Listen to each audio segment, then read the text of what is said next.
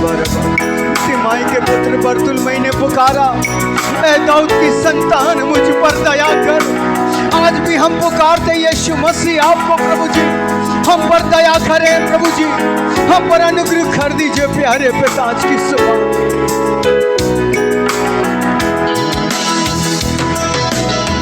पवित्रता की भावना लेकर करूं मैं तुझको प्रणाम। पवित्रता की भावना लेकर करूं मैं तुझको प्रणाम।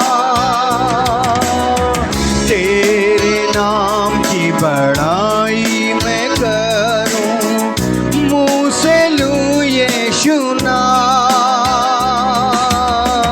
तेरे नाम की बड़ाई मैं करूं, मुँह से लूं यीशु नाम। यीशु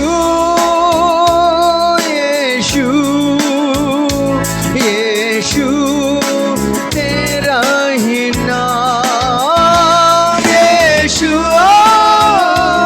यीशु यीशु तेरा ही नाम।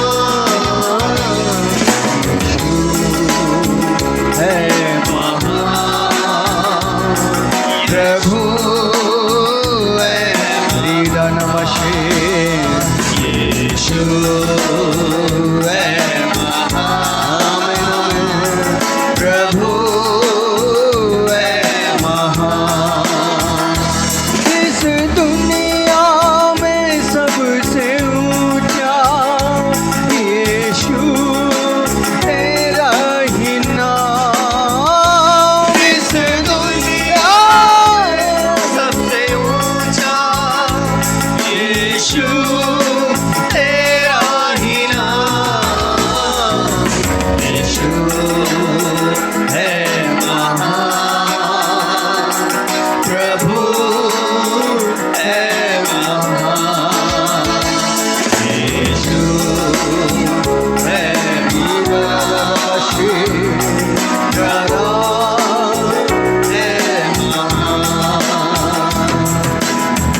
दान दिया तूने अपने जीवन का, धन्य हो मेरे दाता। दान दिया तूने अपने जीवन का, धन्य हो मेरे दाता। कर्ज तेरा मैं कैसे चुकाऊं, ये समझ में ना आता। कर्ज तेरा मैं कैसे चुकाऊं, ये समझ में ना आता।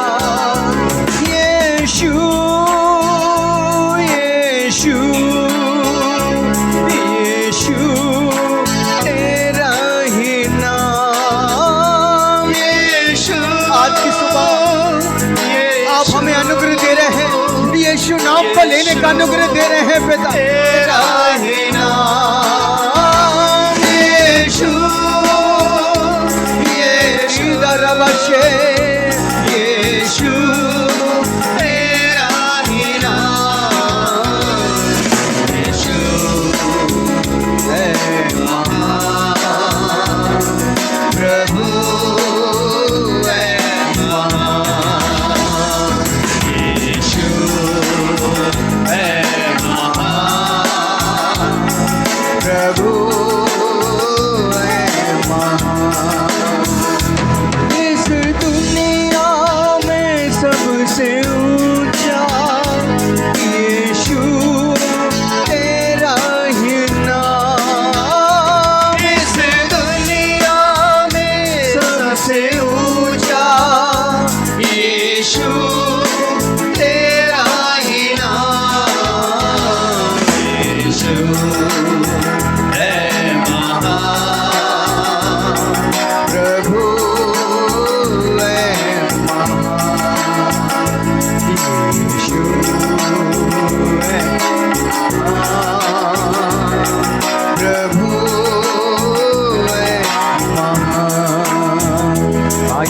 सुबह जब महान प्रभु हमारे बीच में आ चुके हैं, उन्हें अपनी बाहों को फैला लिया यहाँ पर, तो अपने स्थान पर खड़े होकर के उसकी आराधना करते हुए कहें,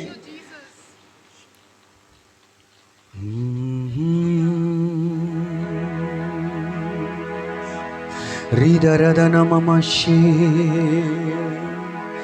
यीशु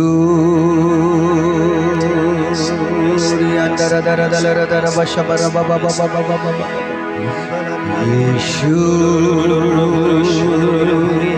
है महान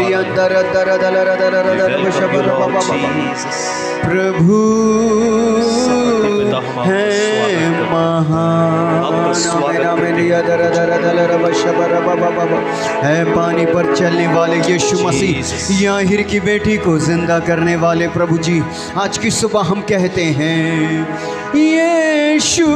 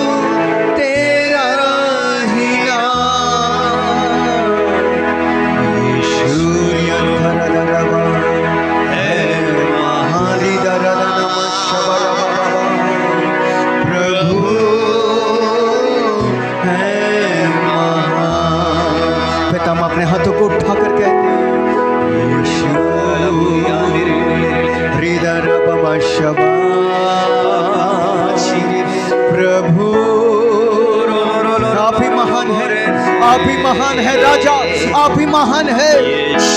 you are great lord, you are great lord, आप ही महान है, आप ही महान है प्रभु जी। ऐ पानी पर चलने वाले यीशु मसीह आप महान हैं, आत्मा देने वाले प्रभु आप महान हैं, सांसों को देने वाले प्रभु, अभिषेक देने वाले प्रभु आप महान हैं प्रभु, आप महान हैं प्रभु जी।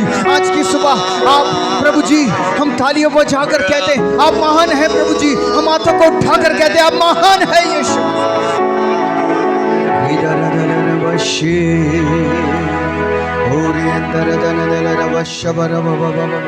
आप ही महान है प्रभु। यस लॉर्ड, अपनी सामर्थ्य भर दे। आप सबसे अच्छे प्रभु हैं, आप भले परमेश्वर हैं। हाँ प्रभु, वो पेंतिकोस्त के दिन हम नज़दीक हैं प्यारे प्रभु जी, और वो चेले प्रभु परमेश्वर पिता जिन्होंने अभी तक सामर्थ्य नहीं पाया था प्रभु जी, लेकिन प्रभु परमेश्वर पिता आपके जी उठने के बाद प्यारे पिता परमेश्वर प्रभु जी, उन्होंने इस बात पर भी विश्वास किया प्रभु जी जो आपने उनसे बातों को कहा था प्रभु जी। आप प्रभु परमेश्वर पिता हमारे अधर्म के कारण कुचले गए प्रभु, आप हमारे गुनाहों के कारण घायल किए गए प्रभु जी। आपने हमारे लिए प्रभु जी वो दुख सह लिया प्रभु जी, हमारे वो पापों का बोझ प्रभु जी जो बहुतायत से था प्रभु जी, उसे आपने अपने ऊपर ले लिया और आप हमारे लिए क्षमा बन गए मेरे यीशु। हम आपका धन्यवाद करते हैं, हम आपका धन्यवाद करते हैं प्रभु जी। आपने प्रभु हमारे लिए प्रभु जी वो घोड़ों की मार खाई प्रभु जी, आपने अपने शरीर को लहू लुहान किया प्रभु जी, आप तो निर्दोष होकर भी प्रभु जी हमारे लिए दोषी ठहर गए प्रभु। हम आपका धन्यवाद करते हैं उस महान प्रेम के लिए प्रभु जी, और उस महान अनुग्रह के लिए पिता जो हम पापियों पर हुआ प्रभु जी। हम आपका धन्यवाद करते हैं प्रभु जी। मेरे पिता आप जीवित हो गए हमें धर्मी ठहराए जाने के लिए प्रभु जी। ओ प्रभु जी, अब आप पिता परमेश्वर सदा काल के लिए जीवित परमेश्वर हैं। हालेलुया। अब आप जब आने वाले हैं प्रभु जी, आप अपनी दुल्हन को प्रभु जो निर्दोष है प्रभु जी, ओ प्रभु जी जो बेदाग होगी प्रभु, जो बेझुर्री होगी प्रभु जी, आप ऐसी दुल्हन को लेने आने वाले हैं प्रभु। आज पिता परमेश्वर तेरी प्रजा, तेरे लोग, तेरे प्रिय बेटे और बेटियां तेरे सन्मुख आए हैं प्रभु जी। आज स्वर्ग खोल दे प्रभु, अपनी सामर्थ्य बहने दे प्रभु जी, हर एक की आत्मा का मस्सा कर प्रभु जी। ओ खुदावन, आज हर एक बंधन टूटे प्रभु, आज आजादी यीशु नाम में बहने पाए पिता। दया चाहते हैं प्रभु जी। ओ ही बाबा लगा लाभू बे बे बे बे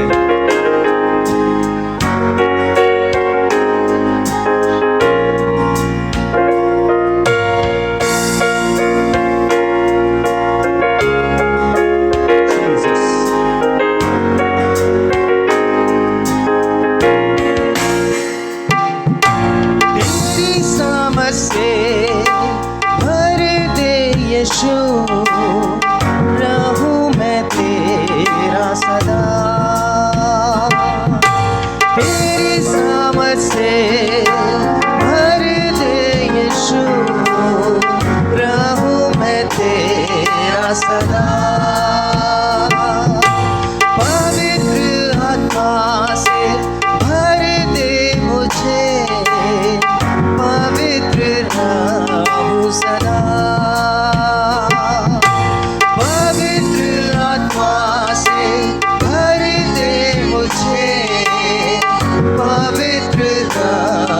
सदा तू झूले मेरा प्रभु, तू झूले मेरा यीशु, तू झूले मेरा प्रभु, तू झूले मेरा यीशु। तेरी समझ से भर दे यीशु, रहूं मैं तेरा सदा। तेरी समझ से भर दे यीशु, रहूं मैं तेरा सदा। पवित्र आत्मा से भर दे मुझे, पवित्र रहूं सदा। पवित्र आत्मा से भर दे मुझे, पवित्र रहूं सदा। तू झूले मेरा प्रभु, तू झूले मेरा यीशु, तू झूले मेरा प्रभु, तू झूले मेरा यीशु, तू झूले मेरा प्रभु, तू झूले मेरा यीशु, तू झूले मेरा प्रभु, तू झूले मेरा यीशु। हाँ मेरे पिता, हर मुश्किल को संभव आप ही करते हैं प्रभु जी। हर अशांत जीवन में आप शांति देते हैं प्रभु जी। हर एक बिगड़ी को आप ही बनाते हैं प्रभु जी। हर बीमार को आप चंगा करते हैं प्रभु जी, और हर थके हुए को आप शांति देते हैं।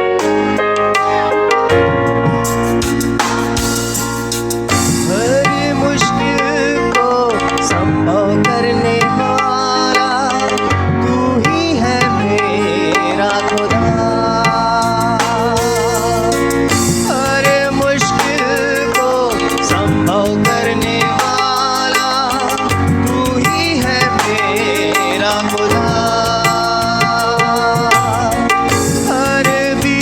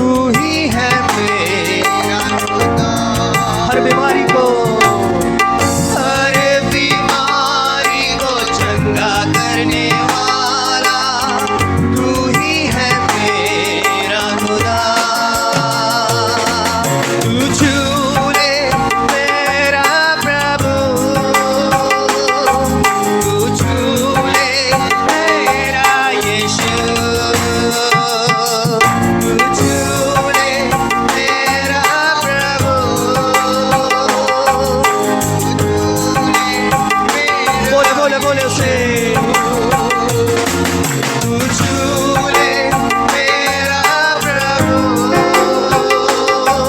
तू छू ले मेरा यीशु,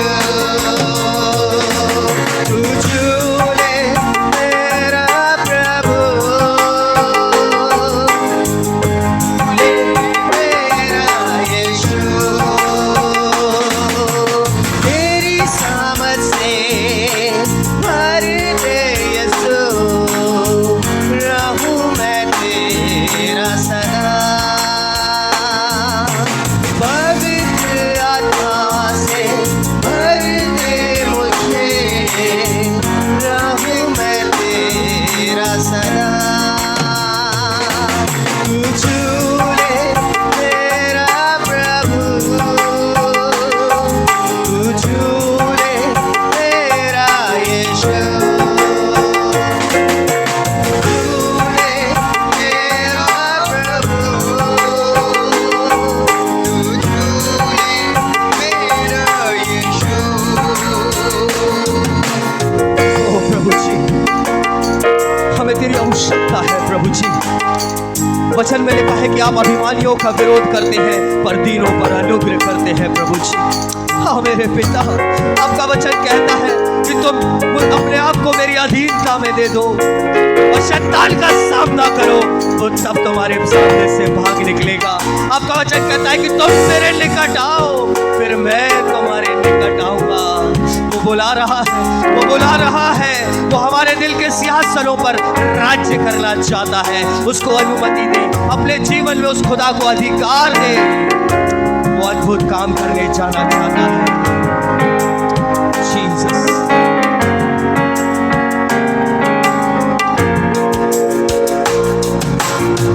हाँ मुझको तू छू ले राजा, धन्य मैं हो जाऊं। हाँ मुझको तू छू ले राजा, धन्य मैं हो जाऊं। दिल के सिंहासन में बस जा, सामर्थ्य भर जाऊं।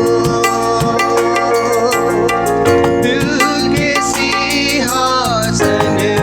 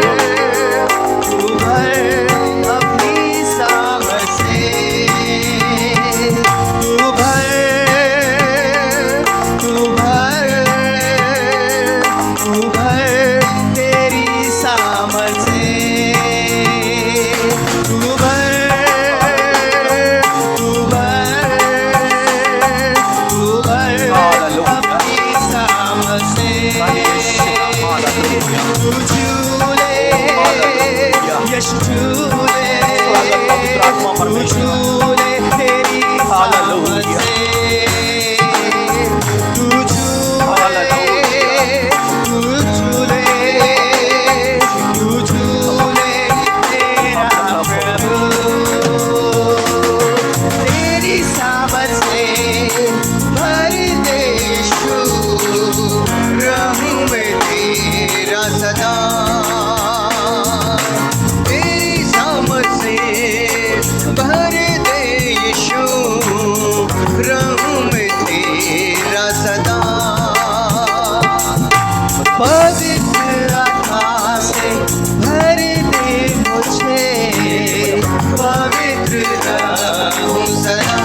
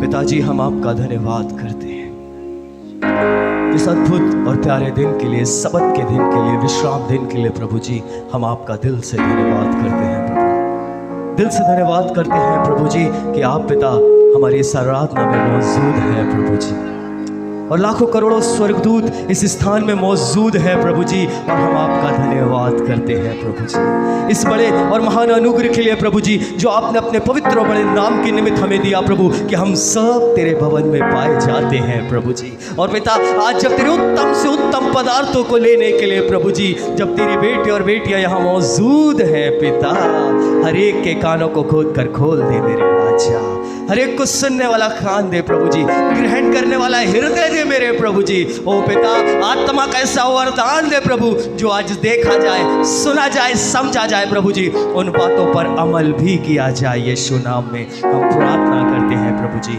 हम सब पर पिता तेरी दया चाहते हैं प्रभु जी, हर एक उस उलझाने वाले पाप को और उस रोकने वाली वस्तु को हम यीशु के नाम में दूर करते हैं पिता।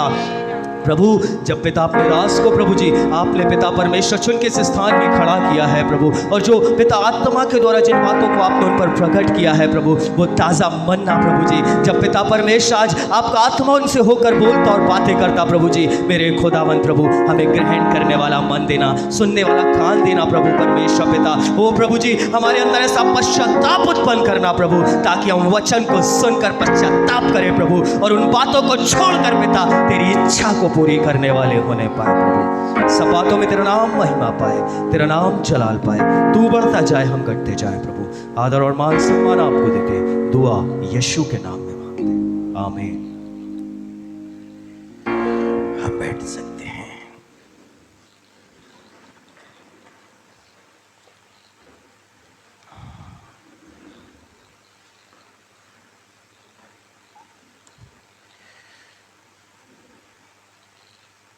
हालेलुया। Hallelujah, hallelujah.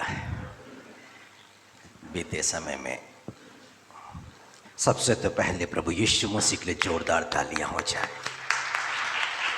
वजह, उसकी वजह है, और उसकी वजह ये है कि पिछले सप्ताह एक बहन हमारे बीच में आई। बहन मीरा, हाथ ऊपर कर दे जरा। हाँ, ये बहन है, देख लीजिए। मैं कुछ बताने जा रहा हूं, बैठ सकते हैं बहन। बहन मीरा ठाकुर ये प्रभु में है कुछ समय से, पर बहन राखी के द्वारा इन्होंने कुछ समय में आना शुरू किया है। और जब इन्होंने आना शुरू किया तो इस बहन के ऊपर में शैतान की ओर से बड़े सताव थे। पर पिछले सप्ताह इतवार का दिन जब ये यहाँ पर थी प्रभु की आराधना में, और ये भयंकर तकलीफ में थी, एक ग्लैंड्स इनके गले में, और बीते काफ़ी समय से इनको बड़ी तकलीफ दे रहा था। और वो जो ग्लैंड्स है वो ऊपर नीचे कहीं भी सरकाया जा सकता था उसे। वो गठन जो बॉडी में कहीं होती है, जो कहीं मूव नहीं करती है, उससे ज़्यादा तो दिक्कत नहीं, पर जो यहाँ वहाँ सरके तो वो तो समस्या का कारण है। यानी कि आगे चल करके वो उसमें हो सकता है कि डायग्नोस हो तो टीबी निकले, और डायग्नोस हो तो उसमें कैंसर भी निकले। और बड़ी तकलीफ थी उनको, पर भीड़ थी, प्रार्थना वो करा नहीं पाए। पर प्रभु यीशु मसीह जानते हैं लोगों के दुखों को। वो ग्रुप में खड़े होकर प्रार्थना करा के घर चले गई है बहन। घर में जाके ये आराम कर रही, सोई है, और तभी इन्हें लगा कि कोई आया है, और झटके से नींद खुली इनकी। और जब उठ करके बैठी तब मालूम है वो गैठान यहाँ जो मौजूद थी, बहुत तकलीफ थी काफ़ी समय से, पर वो अब गले पर मौजूद नहीं थी। Hallelujah, hallelujah. वो तो प्रार्थना भी नहीं कराई बेचारी, परंतु हाँ, एक बात की खोज में थी वो। और खोज क्या है कि जब मुलाकात हुई, फ़ोन से बात हुई, एक बात बोले गया उनसे कि चिन्ह और चमत्कार और चंगाई का वरदान तो नहीं, यीशु मसीह का ज्ञान जरूर मिलेगा यहाँ पर। यीशु मसीह के बारे में जानिए, उसकी पहचान में बढ़िए। और ये बहन भूखी और प्यासी और धूप में यहाँ पर आई। हम लोग बैठे पौन घंटे, 1 घंटे उसने प्रभु यीशु मसीह के बारे में जाना, उसको लिख करके ले गई। और उन्होंने कहा कि कठिन शब्द आएंगे तो मुझे मुश्किल जाता है, प्रभु सहायता करेगा। हालेलुया। पर 2 दिन पहले फिर यहाँ पर थी भरी धूप में ये बहन, प्रभु को जानने के लिए वचन को कैसे पढ़े, वचन को कैसे समझे, यानी कि वो प्रभु को जानना चाहती है। हालेलुया। घर गिर गया उनका, आर्थिक रूप से सारी चीज़ें चौपट हैं, क्योंकि अभी समस्या है, पैसे भी नहीं है पास में, परिवार का कोई सदस्य भी साथ में नहीं है, परंतु इन्हें अलमारी में हाथ डालना पड़ा कुछ चीज़ों को ढूंढने के लिए। हालेलुया। आर्थिक स्रोत नहीं है, नौकरी जा चुकी है, नौकरी के लिए प्रार्थना है, जरूर प्रभु अच्छा प्रबंध करेगा। लॉकर में जब ये ढूंढ रही थी, और तभी इनके हाथ में एक एफडी टकरा गई। वो एफडी कब कराई उन्हें मालूम ही नहीं है, पर वो चिपकी हुई थी। उसका जो रिन्यू कराना है वो डेट भी कब की निकल चुकी है, सालों गुजर चुके हैं। और वो एफडी निकल के आती है, दूसरे दिन बैंक जाती है, उसको रिन्यू कर दिया जाता है, पर उसका ब्याज उनके हाथ में अपनी जीविका चला सके। Hallelujah, hallelujah. चंद दिन प्रभु में आकर के ये बहन प्रभु की आशीष को पा रही है। प्रभु इनके जीवन पर काम करना शुरू कर रहा है। उस दवाई के लिए, डॉक्टर को दिखाने के लिए पैसे भी नहीं है, पर प्रभु ने आश्चर्य कर्म किया और आज़ाद किया। पर रोजी रोटी के लिए जो पैसों की आवश्यकता है, कि ब्याज भी ज़्यादा दिन नहीं चलेगा, पर ठीक है, प्रभु ने व्यवस्था किया, क्योंकि आगे के दिन में उसने उसके लिए कुछ और भी व्यवस्था कर रखा हुआ है। हालेलुया। आज का विषय यही है मेरे प्रिय भाई और बहनों, हम यीशु मसीह को जाने, हम बाइबल को पढ़ते हैं और प्रार्थना को करते हैं, पर ये सारी चीज हमें होना चाहिए कि यीशु मसीह को हम जितना हो सके जान सके। क्योंकि पतरस के पत्र में दूसरे इसके पहली अध्याय दूसरी और तीसरी आयत में लिखा है कि यीशु मसीह की पहचान के द्वारा जीवन और भक्ति से जो बातें संबंध रखती है वो पवित्र आत्मा की सामर्थ्य के द्वारा हमें दिया जाएगा। अनुग्रह और शांति भी मल्टीप्लाई होगा जीवन पर यीशु मसीह की पहचान के द्वारा। यानी कि यीशु मसीह को आप जितना जानने की कोशिश करेंगे उतना ही ज्यादा जीवन पर आश्चर्य कर्म होता चला जाएगा। पर प्रार्थना में अपने जीवन की आवश्यकताओं को हम लगातार मांगते रहेंगे, हम आश्चर्य कर्म की फिर उम्मीद ना करें, परंतु हाँ प्रत्येक दिन हमें यीशु मसीह को जानना है कि यीशु मसीह को क्या अच्छा लगता है, यीशु मसीह किन बातों से प्रसन्न होता है। बाइबल में जिस अध्याय पर हम मौजूद हैं वहां पर हमें देखना है कि यीशु मसीह यहां पर चाहता क्या है। यीशु मसीह ने अपने आप को प्रकट किया है तो किस रूप में प्रकट किया है, और यीशु मसीह का स्वभाव यहां पर क्या है, यीशु मसीह की इच्छा यहां पर क्या है। हमें इस बाइबल के अंदर में खोज करना है तो सिर्फ यीशु मसीह की खोज करना है, उसकी इच्छाओं की, उसकी योजनाओं की खोज करना है, ना कि अपने स्वार्थ से जुड़ी हुई चीजों की खोज करना या मांग करना है, या उन वचनों को अपने स्वार्थ के लिए इस्तेमाल करके प्रार्थना करना। परमेश्वर बड़ा नाराज हो गया किनसे? पास्टरों से, याजकों से। मलाकी नबी में परमेश्वर ने बोल दिया, मैं चाहता हूं कि जो याजक हैं अपने ओठों से ज्ञान की रक्षा करें। परमेश्वर के विषय में जो ज्ञान हासिल किया है ओठों पर संभाल के रखे, और जब कोई मनुष्य आए तो उसे परमेश्वर के बारे में बताए। परंतु परमेश्वर की नाराजगी प्रकट हुई कि अभी उन्होंने मेरी व्यवस्था को त्याग दिया, मेरे ज्ञान को त्याग दिया। अब जब याजकों ने और पास्टरों ने परमेश्वर के ज्ञान को लोगों को बताना छोड़ दिया, परमेश्वर के विषय में समझाना कि किस बात से वो नाराज हो जाएगा, किस बात से प्रसन्न हो जाएगा, किन बातों से तुम्हारे जीवन पर आशीष आ जाएगी, किस बातों से तुम्हारे जीवन पर श्राप आ जाएगा, यदि ये भाग जो है ये याजक मनुष्यों को ना बताए तो परमेश्वर इससे नाराज होता है। फिर परमेश्वर यशायाह नबी की किताब में 5वीं अध्याय और उसकी 11वीं आयत पर यदि हम आ जाएं, 11 से लेकर के 13वीं आयत तक में यहां पर परमेश्वर ने अपने क्रोध को यशायाह नबी भविष्यद्वक्ता के द्वारा प्रकट किया है। और परमेश्वर क्या कहते हैं यहाँ यशायाह नबी ने यहाँ पे लिखा है और जो प्रकट किया इस्राएलियों के बीच में, शुरुआत इस ढंग से करता है, हाय उन पर जो बड़े तड़के उठकर मदिरा पीने लगते हैं और बड़ी रात तक दाख मधु पीते रहते हैं, जब तक उनको गर्मी ना चढ़ जाए। उनके भोजों में, मतलब कि जो भी वो भोज मतलब निमंत्रण देते हैं, वो बर्थडे पार्टी हो या फिर किसी भी तरह का वो भोज कर रहे हैं, तो उनके भोजों में वीणा, सारंगी, डफ, बांसुरी और दाख मधु ये सब पाए जाते हैं, परंतु वे यहोवा के कार्य की ओर दृष्टि नहीं करते और उनके हाथ के कामों को नहीं देखते। हालेलुया। छोटी छोटी बातों के लिए पार्टी पार्टी पार्टी, अभी ये है तो पार्टी, अभी ये है तो पार्टी, अभी ये है तो पार्टी। अभी परमेश्वर ये सारी चीज़ों को देख के नाराज है। अब परमेश्वर क्या चाहता है कि ये जो लोग छोटी छोटी बातों में पार्टी करते रहते हैं, बोझ देते रहते हैं, परमेश्वर इनसे बड़ा नाराज रहता है। अभी आगे क्या लिखा है कि ये लोग परमेश्वर के कार्यों की ओर दृष्टि नहीं करते और उसके हाथ के कामों को नहीं देखते हैं।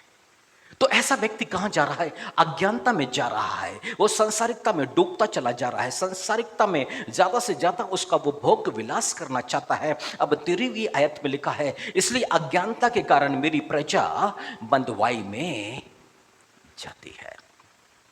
अज्ञानता के कारण बंधुआई का मतलब शैतान के बंधन में, दुख, बीमारी, शत्रुओं के हमले, ये सब कुछ, अशांति, नाना प्रकार की विपत्तियां, ये सब बंधुआई है। आप पुराने नियम पढ़ जाएंगे तो इजरायली कभी 5 वर्ष की बंधुआई में गए, कभी 7 वर्ष की बंधुआई में गए, कभी वो 70 वर्ष की बंधुआई में गए, कभी फलस्तियों ने आया तो अधिकार किया, कभी अश्शूरियों ने आक्रमण कर दिया, तो कभी किसी ने और कभी किसी ने। परंतु ये हुआ कब?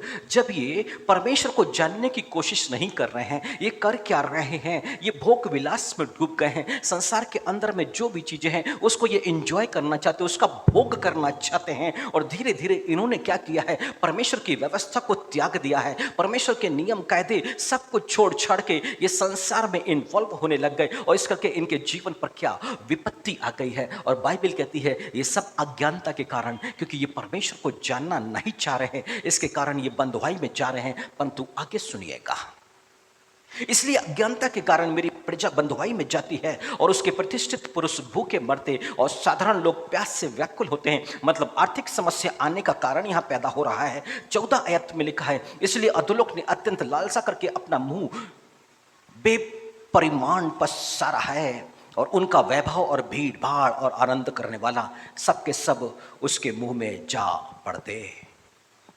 हालेलुया।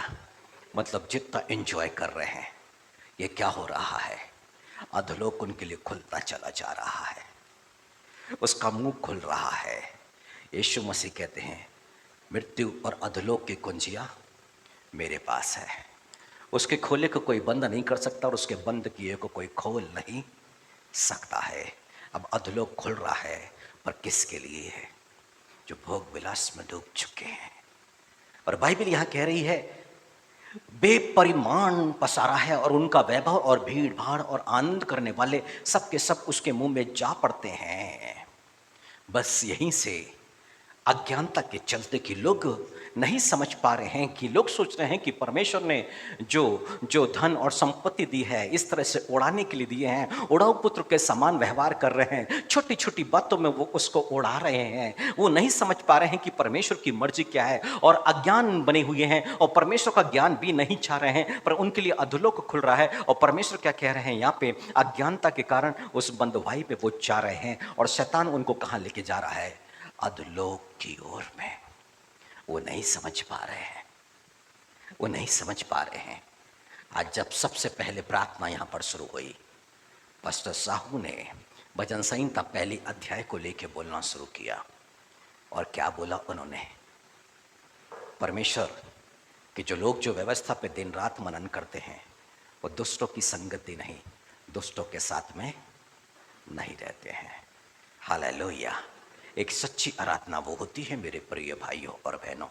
आप सोचो, कोई व्यभिचार में डूबा हुआ है, उसके साथ में जो बैठता है और संगति करता है, उसके बाद वो चर्च में आके परमेश्वर की आराधना करे, उसकी आराधना ग्रहण नहीं की जाएगी। यही 50वीं अध्याय भजन संहिता में लिखा हुआ है।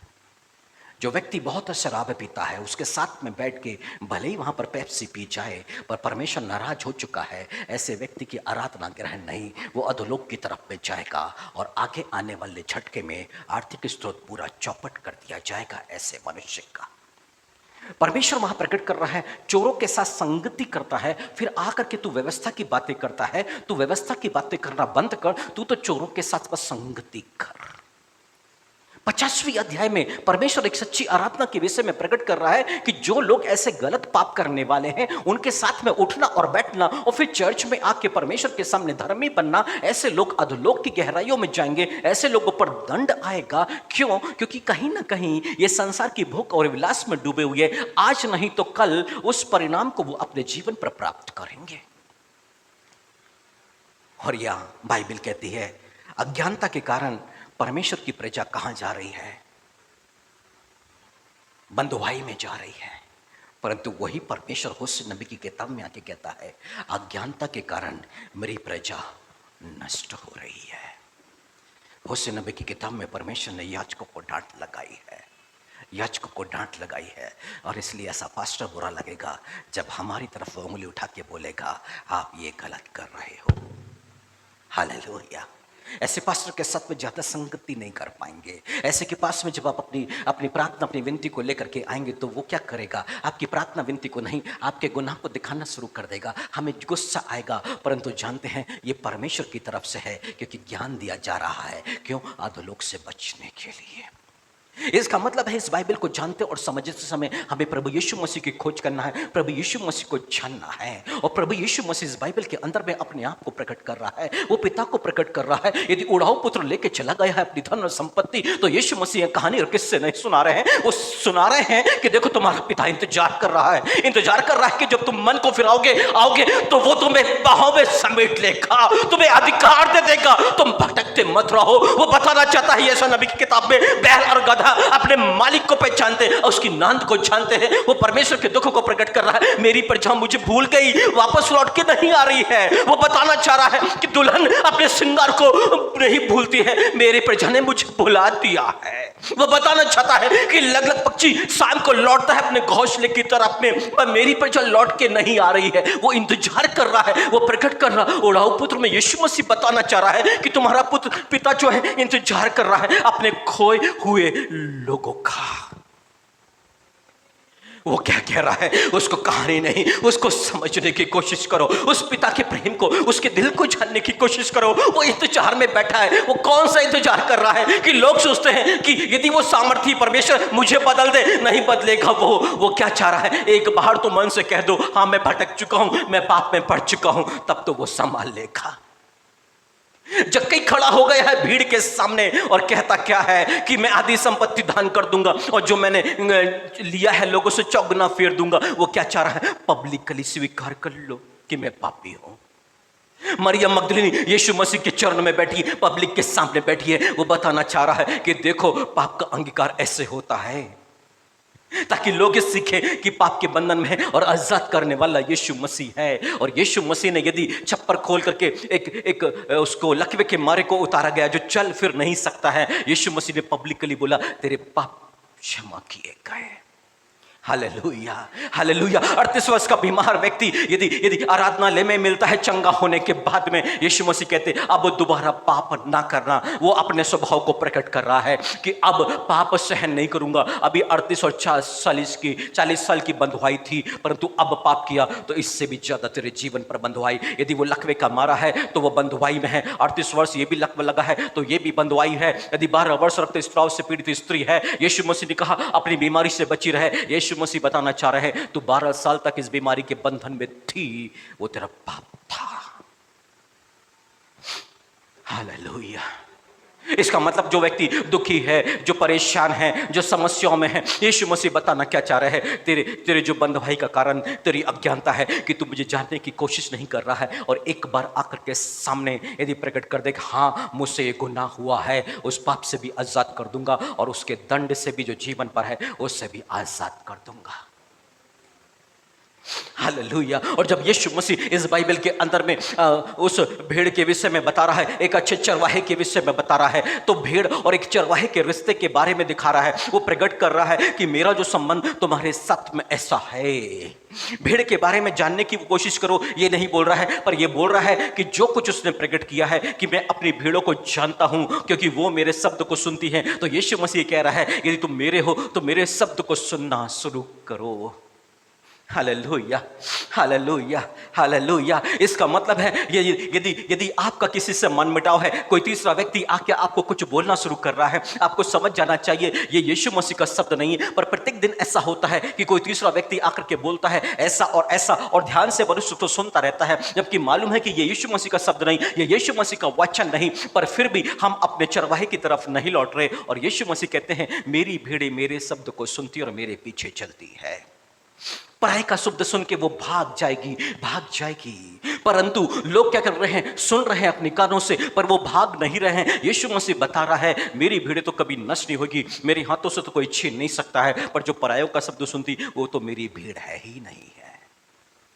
Hallelujah, hallelujah. यीशु मसीह इस बाइबल को हमारी कहानियों के लिए नहीं है। वो ऐसे नहीं कि हमने याद कर लिया और बाइबल का पूरा इसको इस तरह से याद करने के बाद हम बाइबल के जानकार नहीं। वो चाहता है कि बाइबल को हम समझ के साथ में उस बाइबल के अंदर में हम ढूंढे कि यीशु मसीह हमसे चाहता क्या है। यदि उसने प्रकट कर दिया है कि सतपति या वो सूबेदार जो यीशु मसीह से कहता है तू तो एक शब्द कह दे और मेरा सब एक सेवक चंगा हो जाएगा। यीशु मसीह ने कहा पूरे इजराइल में मैंने ऐसा विश्वास नहीं पाया। पूरब और पश्चिम से बहुत से लोग आएंगे, इब्राहिम इसहाक याकूब के साथ बैठेंगे, पर राज्य की संतान बाहर निकाल दिए जाएंगे। मतलब वहां इजराइलियों की बात नहीं है, परंतु यीशु मसीह जो पढ़ रहा है उससे कह रहा है ऐसे विश्वास पर आके खड़े नहीं हुए तो तुम राज्य में से बाहर कर दिए जाओगे। यीशु मसीह व्यवहार कर रहा है इस बाइबल के अंदर में। यीशु मसीह जीवित है। यदि यीशु मसीह को वहां पर देखना शुरू करेंगे तो यीशु मसीह बातें करना शुरू करेगा और यहां पर हम यीशु मसीह के साथ में एक अच्छा रिलेशन बना सकते हैं। और यही तो हमको यीशु मसीह के विषय में ज्ञान मिलता है। और जब इस तरह के ज्ञान में हम आगे बढ़ना शुरू हो जाएंगे तो अब यीशु मसीह के पवित्र वचन में लिखा है अब अनुग्रह और शांति मल्टीप्लाई होना शुरू हो जाएगा। Hallelujah, hallelujah. यदि हम उससे बोलेंगे कि प्रभु जी ये सूबेदार के समान, ये शतपति के समान हमारे पास में विश्वास नहीं है प्रभु जी, तो हम पर दया कर प्रभु जी, इस स्थान पर तू हमको लाके खड़ा कर प्रभु जी, हम अंधकार में न डाले जाए प्रभु जी, हमको तू बचा ले प्रभु जी, ताकि तेरे साथ हम अनंत जीवन पर बने रहे और तब वो आपके जीवन में कार्य करना शुरू करेगा। हालेलुया। क्योंकि आपने सूबेदार की कहानी को याद नहीं किया है, शतपति की कहानी को याद नहीं किया, उसके सेवक के बारे में नहीं कहा, आपने तो अपने आप को रख दिया कि हाँ मैं पापी हूं, ऐसा विश्वास मुझ में नहीं है। हालेलुया। यह है प्रभु यीशु मसीह का ज्ञान। वो यीशु मसीह ने अपने विषय में प्रकट कर दिया है कि एक राजा ने विवाह का भोज दिया है और अपने बेटे का विवाह कर रहा है। उसके भोज के लिए अभी उसने निमंत्रण भेज दिया है कि भाई फलाने फलाने दिन में विवाह है, आपको आना है, आपको आना है और आपको आना है। अब हो क्या रहा है, सबके पास में बहाने हैं, सबके पास में बहाने हैं उस विवाह भोज में आने के लिए। परंतु यीशु मसीह क्या कहते हैं आगे कि ठीक है, चौराहे में चले जाओ, लंगड़े लूले अंधे जैसे भी मिले सबको बटोर के ले आओ। हम समझे? नहीं समझे ना? स्मरण कीजिए, जब प्रभु में आए तो आपके पास कोई समस्या थी। आप चौराहे के वो व्यक्ति है जब अपनी समस्याओं में आप थे, शारीरिक, मानसिक, आर्थिक, पारिवारिक, पति पत्नी, कहीं से आप टूटे और बिखरे हुए लोग थे। बोला था ठीक है, उनको बुला लो मेरे भवन में, हम उनमें से हैं। उसके भवन पर मौजूद है। पर वो क्या चाहता है अब, हमसे क्या चाहता है अब? यीशु मसीह इसमें प्रकट कर रहा है अपने आप को कि अब विवाह के दिन की तैयारी करो। क्यों? क्योंकि उसमें एक व्यक्ति ने विवाह के वस्त्र पहना हुआ नहीं था। इसका मतलब है हमें यदि चौराहों से बुलाया गया है, हम लगड़े लूले अंधों में कहीं काउंट होते थे, हम शारीरिक रूप से बीमार थे, आत्मिक रूप से बीमार थे, आर्थिक रूप से बीमार थे, कहीं तो उसने हमको थामा है। कोई तो आया है जो हमको पकड़ के भवन तक लेकर के आया है। उसने अपने उस दास को भेजा था, वो चाहे आपका रिश्तेदार भी हो सकता है, पर आपको भवन तक लाया गया है। क्यों? क्योंकि आपको तैयारी का अवसर एक मिले। क्योंकि जब यीशु मसीह के सम्मुख में एकत्र होंगे तो आप एक अच्छे वस्त्रों के साथ, विवाह के वस्त्रों के साथ में होंगे, क्योंकि दुल्हा कोई और नहीं, यीशु मसीह है। यीशु मसीह यही बताना चाहता है कि तुम ही तो वो लगड़े लूले और अंधे हो। तुम्हें नहीं दिखता था कि प्रभु कौन है, पर तुम पर प्रकट किया गया है। तुम्हारी आंखों को खोला गया है कि तुम अपने उद्धारकर्ता को पहचान सको। तुम उस भीड़ में शामिल थे, तुमसे वो भवन भरा है, परंतु सिर्फ इसलिए नहीं, पर वो तैयारी का समय है। हमें अपने आप की तैयारी करना है, यीशु मसीह से मुलाकात करने का। लापरवाह में और आलस्य में अपने जीवन को व्यतीत नहीं करना है, संसार के भोग विलास में अपने जीवन को व्यतीत नहीं करना है। हमें तो समय को व्यतीत करना है अपने आप को तैयार करने के लिए, ताकि जब यीशु मसीह से हमारी मुलाकात हो और जब राजा वहां पर आए, यानी कि परमेश्वर हमें वहां पर पहुंचे, तो क्या देखे कि इन्होंने विवाह के वस्त्र पहने हुए हैं। हालेलुया। वो परमेश्वर अपने आप को प्रकट कर रहा है। पर सोचो, ये समय जब आप भोग विलास में बिताना शुरू कर देंगे और ये दंड आएगा और 100% आएगा, इसको कोई टाल नहीं सकता, क्योंकि परमेश्वर न्यायी है। परमेश्वर वचन दे के बदलने वाला नहीं है। यदि वो देख रहा है कि भोग विलास जो करता चला जा रहा है, वो चेत नहीं रहा है, वो सावधान नहीं हो रहा है, वो डूबता जा रहा है और अज्ञानता में और अज्ञानता में और अज्ञानता में जा रहा है, उसके ऊपर में समस्या आएगी और इसी पृथ्वी पर आएगी। Hallelujah, hallelujah. जब वो यीशु मसीह अपने चेलों से बात करते हैं 14 अध्याय में, तो थोमा ने कहा, अभी तू कहाँ जाता हमें नहीं मालूम, तो वहां का मार्ग कैसे होगा, हमें तो एक बार पिता को दिखा दे। यीशु मसीह ने कहा, जिसने मुझे देखा उसने पिता को देखा है। हे थोमा, क्या तू नहीं जानता, मैं जो कहता हूं वो मेरे नहीं बल्कि पिता मुझ में रह के वो बातों को बोलता है। जो कार्य मैं करता हूं मैं नहीं, मेरा पिता मुझ में, यानी कि पवित्र आत्मा जो कार्य कर रहा है, पवित्र आत्मा जो बोल रहा है, यीशु मसीह कह रहे वही तो पिता है, उसको उसके कार्यों से पहचानो। हालेलुया। मतलब यीशु मसीह के मुख से निकले हुए वचन का हम विरोध नहीं कर सकते, क्योंकि वो पिता की ओर से है। और यीशु मसीह कहते हैं इस वचनों को जिसने ग्रहण किया उसने पिता को ग्रहण किया, पर वही अधिकार उसने अपने सेवकों को, अपने दासों को दे दिया कि अब इनको ग्रहण करो, इनके मुख से निकले वचन को ग्रहण करो। तो इसका मतलब तुमने मुझे ग्रहण कर लिया। Hallelujah, hallelujah. अभी तुमको पिता को देखना चाहता है थोमा, तो मुझे देख ले, तो मुझे देख ले, मेरे शब्दों को सुन ले, मेरे कार्यों को देख ले और समझ ले और पहचान ले कि मैं पिता की ओर से हूं। Hallelujah, hallelujah. इसका मतलब है जब बहन मीरा यदि चंगाई को पा रही है, यहां पर आ रही है, अपनी प्रार्थना नहीं कर पा रही है, परंतु प्रभु ने उन्हें आशीषित किया है, घर में जाती हैं और वो ग्लैंड्स उनके गले से एकदम से गायब हो जाता, वो तकलीफ खत्म हो जाती है, वो पानी का थूक का घूंट भी निगल नहीं पा रही थी, इतनी तकलीफें थी, ऊपर भी समस्या थी। इसका मतलब प्रभु क्या दिखाना चाहता है कि यीशु यहां मेरे साथ मौजूद है। हालेलुया। मैं अकेला नहीं, मैं उसकी उपस्थिति में चलने फिरने वाला हूं। और हम लगातार यहाँ की टीचिंग में बोलता हूं अपने पास्टरों को कि जब मैं बात कर रहा हूं तो मेरे मुंह से जो सामर्थ्य शब्द निकल रहे हैं वो पवित्र आत्मा का अभिषेक है। और इससे पहचान लो कि मैं प्रभु यीशु मसीह की मौजूदगी में हूं। इसका मतलब यह हुआ कि आप उन शब्दों की अवहेलना नहीं कर सकते हैं जो पवित्र आत्मा मेरे मुख पर डाल रहा है बोलने के लिए। हालेलुया।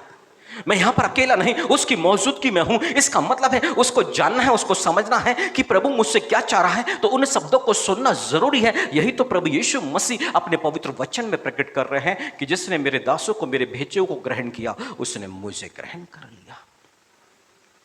Hallelujah, hallelujah. वो यीशु मसीह हमें बताना और समझाना चाह रहा है इस बाइबल के अंदर में, मेरे प्रिय भाइयों और बहनों, कि यीशु मसीह हमसे यदि मरियम मगदलिनी की बात को यहां पर आया है तो यीशु मसीह चाहते हैं कि मरियम मगदलिनी की तरह तुम व्यवहार कर सकते हो। यीशु मसीह बताना चाहता है कि जक्कई की तरह ठीक पाप जीवन भरोगे उसके समान तुम व्यवहार कर सकते हो। और यीशु मसीह ने फिर जक्कई से कहा आज इस घर में उद्धार आया है।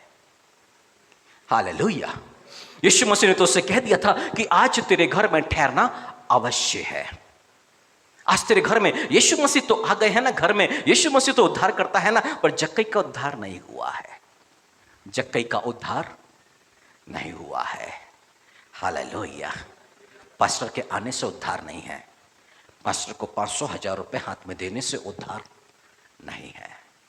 पास्टर के मुख से निकले हुए परमेश्वर के वचन को, उसके वचन नहीं, परमेश्वर के वचन को ग्रहण करने से उद्धार है।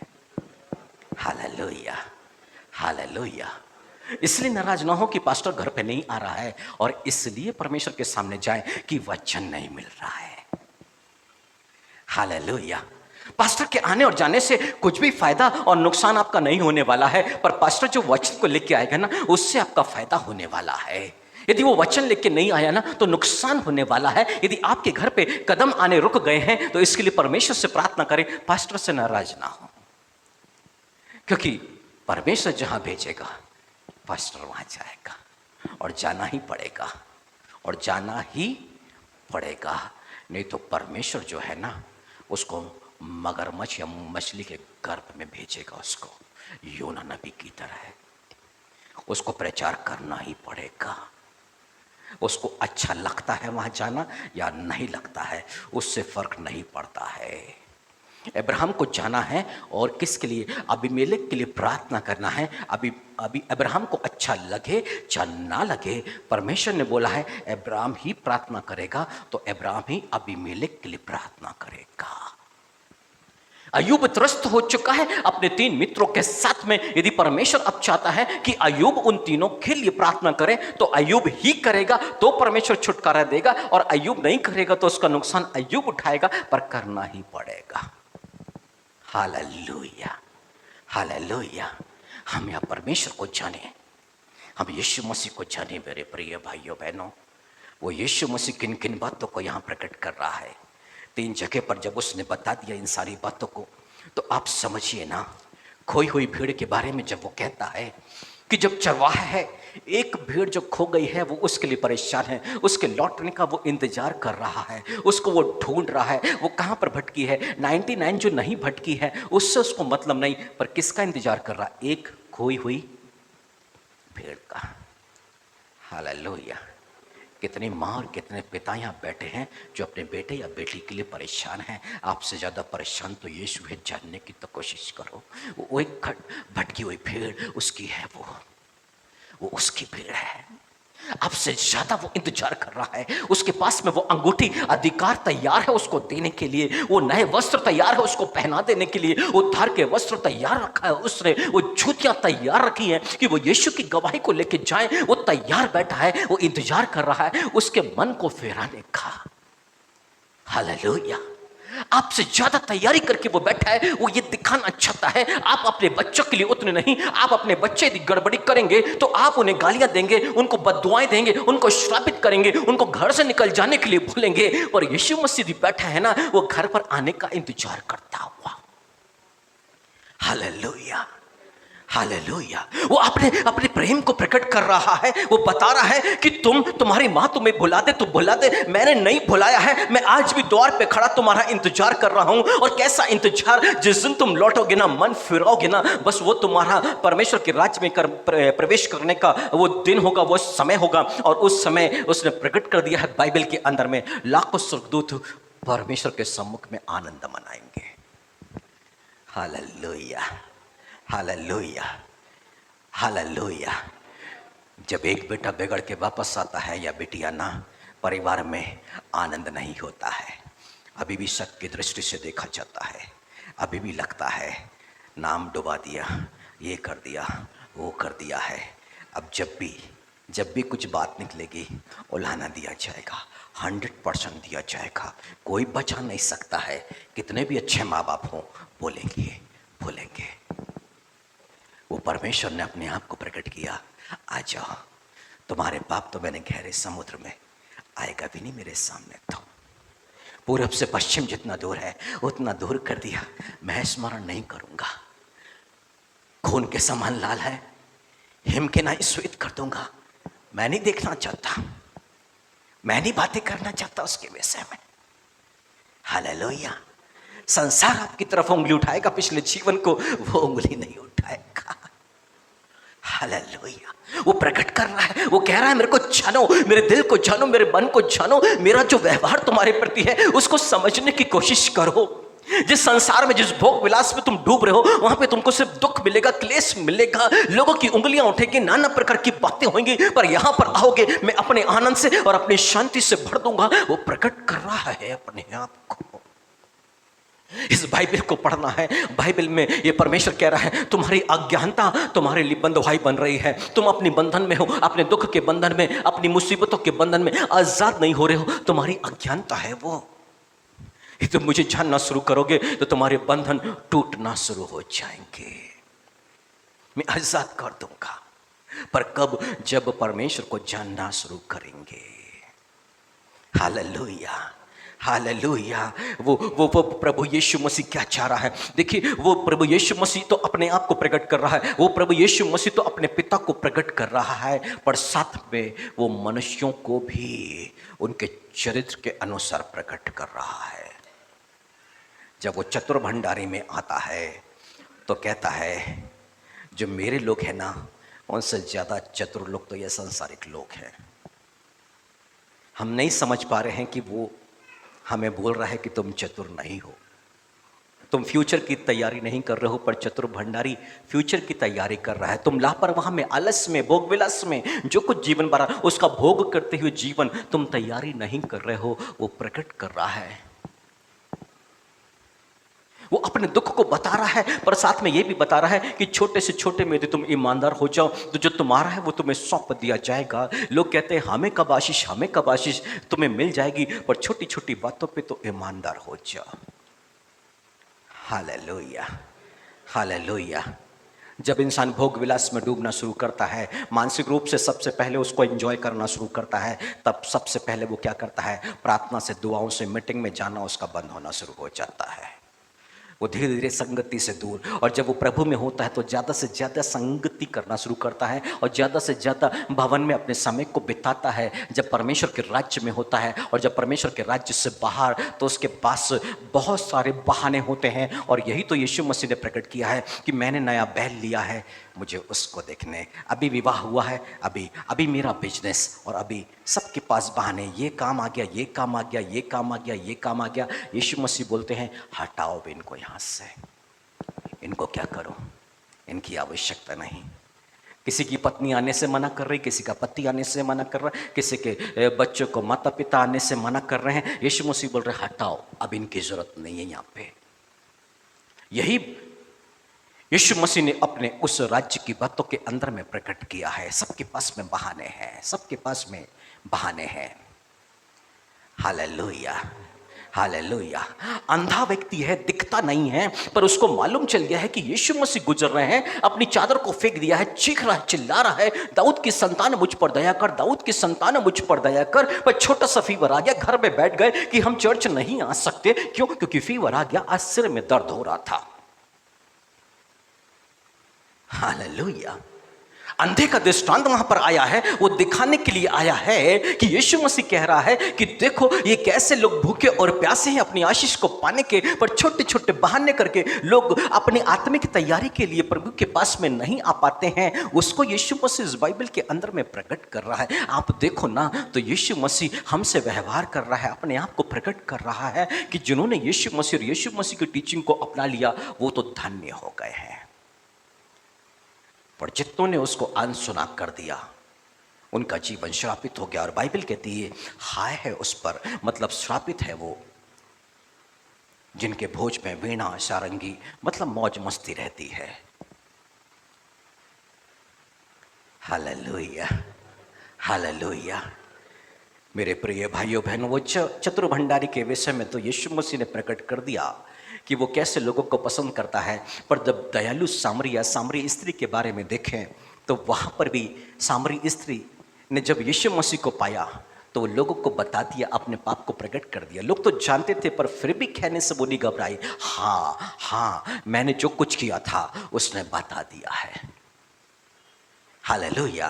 हमें गवाही देने में बड़ा डर लगता है, आगे आने में डर लगता है। वो तो अपने गुनाहों को मरियम मगदलिनी हो चाहे सामरी स्त्री लोगों के सामने प्रकट कर रहे हैं, जब कई लोगों के सामने प्रकट कर रहा है, वो गवाही दे रहे हैं, हाँ हम पापी थे, अब हमारा उद्धार हो चुका है। हालेलुया। यीशु मसीह क्या बताना चाहते हैं?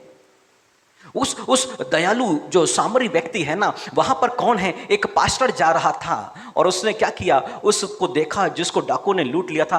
पास्टर ने कोई सहायता और मदद नहीं करी है, पास्टर ने कोई मदद नहीं करी है। फिर उसके बाद में दूसरा व्यक्ति लेवी निकला है, और लेवी कौन? जो वेदी की सेवा करता है, देख रेख करता है, सारा जमाना सारा कुछ करना, परमेश्वर की वेदी की सेवा में दिन रात लगे रहना। अब वो भी वहां से निकला, उसने भी उसकी मदद नहीं करी है। यीशु मसीह कह रहे हैं वो जो पास्टर है ना, अच्छा पड़ोसी नहीं है। जो लेवी है ना, अच्छा पड़ोसी नहीं है। गंदे हैं ये सब, पर अच्छा पड़ोसी कौन है? सामरी, निम्न जाति का व्यक्ति है वो। दो जातियों के उद्गम से सामरी लोग आए थे वहां पर। वो लेके गया, सराय में पैसे भी दिया। ये है अच्छा पड़ोसी। वो बताना चाहता है जाति कितनी नीचे है, कितनी ऊंची, फर्क नहीं, तू एक अच्छा व्यक्ति है कि नहीं। Hallelujah, hallelujah. वो सामरी का एग्जाम्पल दे रहा है, वो प्रकट कर रहा है अपने आप को। इस बाइबल को कहानी और किस्सों के तौर पर हमको नहीं, हमें तो प्रभु यीशु मसीह को जानने के लिए, उसको समझने के लिए इस बाइबल को पढ़ना है, प्रार्थना करना है कि प्रभु तू अपने आप को प्रकट कर। उसने बता दिया कि पिता कितना एंजॉय कर रहा है, कितनी पार्टी दे रहा है। क्यों? क्योंकि जो खोया था वो लौट के आ गया, जो मर गया था वो आज जिंदा हो गया है। पर घर में एक सगा भाई है जो चिढ़ा हुआ बैठा है, क्रोध में बैठा है। उसके लिए ये क्यों, उसके लिए ये क्यों, उसके लिए ये क्यों? यीशु मसीह बताना चाहते एक सगा भाई देखो और एक देखो पिता का प्रेम। Hallelujah, hallelujah. यीशु मसीह इस बाइबल के अंदर में प्रकट कर रहे हैं कि मैं मार्था के जैसे जीवन से प्रसन्न नहीं हूं। मुझे यदि प्रसन्न करता है तो मरियम, यदि वो पापी भी है, कम से कम वचन को तो सीखे, वचन को तो आगे बढ़े, मुझे तो जानने की कोशिश करें, और कभी ना कभी जो ठहराया हुआ दिन है उद्धार तो हो जाएगा। पर मार्था क्या है? काम काम काम। मेहमानों की आए हुए लोगों के लिए सेवा करना है, उसको ये बनाना है, उसको वो बनाना है। यीशु मसीह क्या कहते हैं? काम और काम और काम, यही जीवन थोड़ी है। Hallelujah, hallelujah. फर्श साफ किया, थोड़ी देर के बाद गंदा, तो पति को कुछ न बोला, बच्चों को कुछ बोला। अभी तो काम की चिंता करोगे तो चिड़चिड़ाओगे और परिवार को बर्बाद करोगे। काम काम काम। घर की साफ सफाई से कुछ नहीं होता। यीशु मसीह ने कहा मन को शुद्ध कर ले, जो कुछ अंदर भरा है उसको निकाल दे, मन की गंदगी को साफ कर। ये सोफा चमकाने से कुछ नहीं होने वाला, फर्श चमकाने से कुछ नहीं होने वाला। यदि मन के अंदर सब चमक गया ना, सब कुछ बदल जाएगा। हालेलुया। अधिकतर स्त्रियों ने अपने घर को बर्बाद कर रखा है कि भी पोछा लग गया तो कोई कदम नहीं रख सकता है, यदि कदम रख दिया तो घर में लड़ाई झगड़े शुरू हो जाते हैं।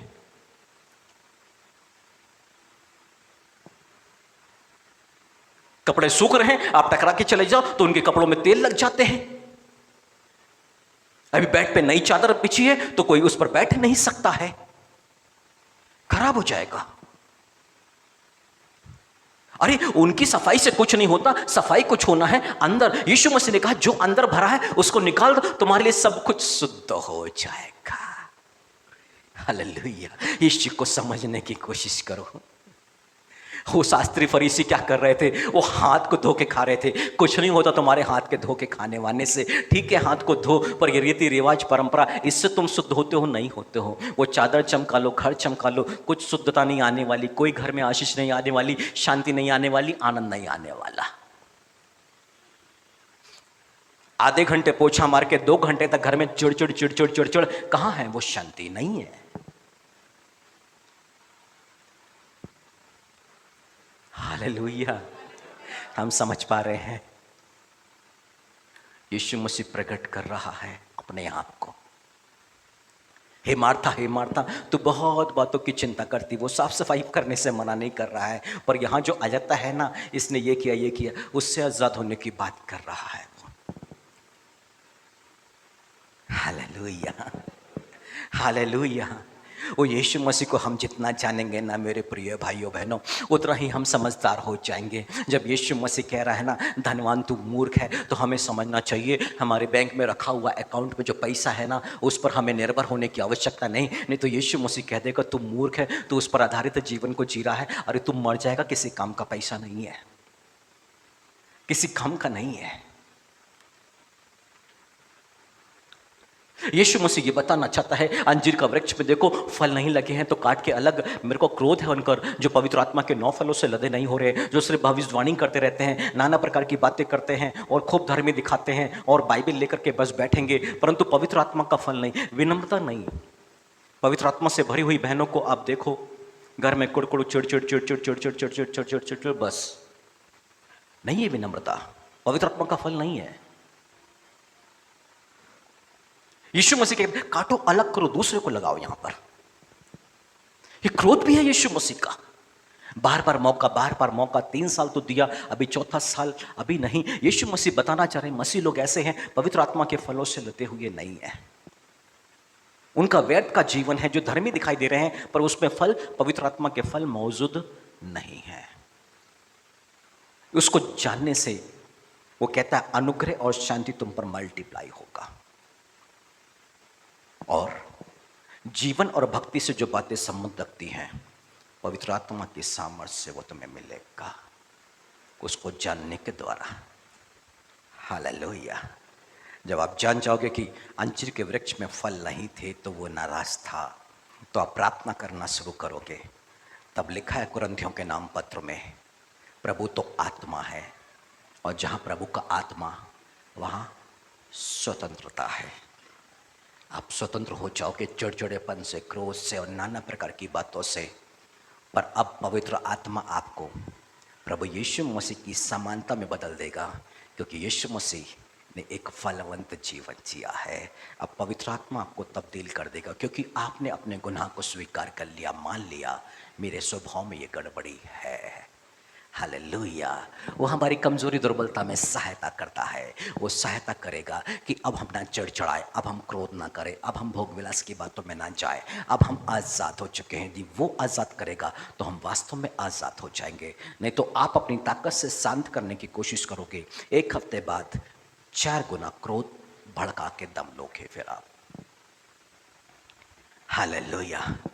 यीशु मसीह कहते एकमात्र सच्चे परमेश्वर को जानो और उसे जिसे उसने भेजा है अर्थात यीशु मसीह को जानो, यही अनंत जीवन है। हालेलुया। एक पेड़ में पवित्र आत्मा के फल नहीं है, यानी कि मुझ में वो फल नहीं है।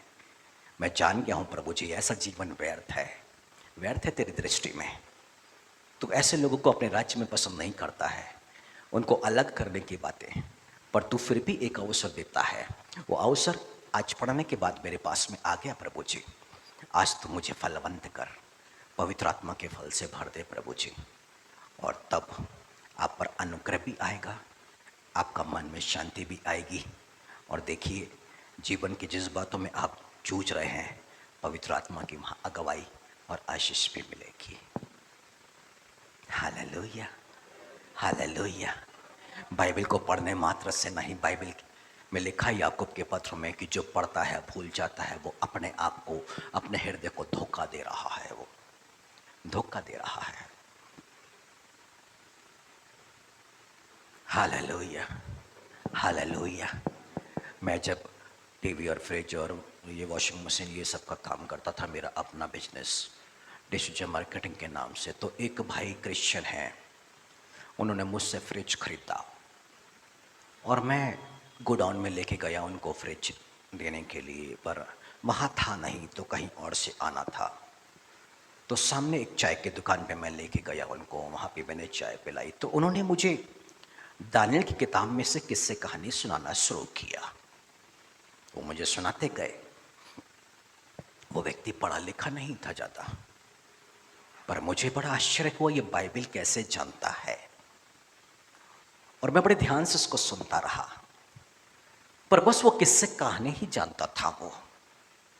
पर आज से 1.5 साल पहले उसने सुसाइड कर लिया। यदि जानता होता तो वो सुसाइड नहीं करता। हालेलुया।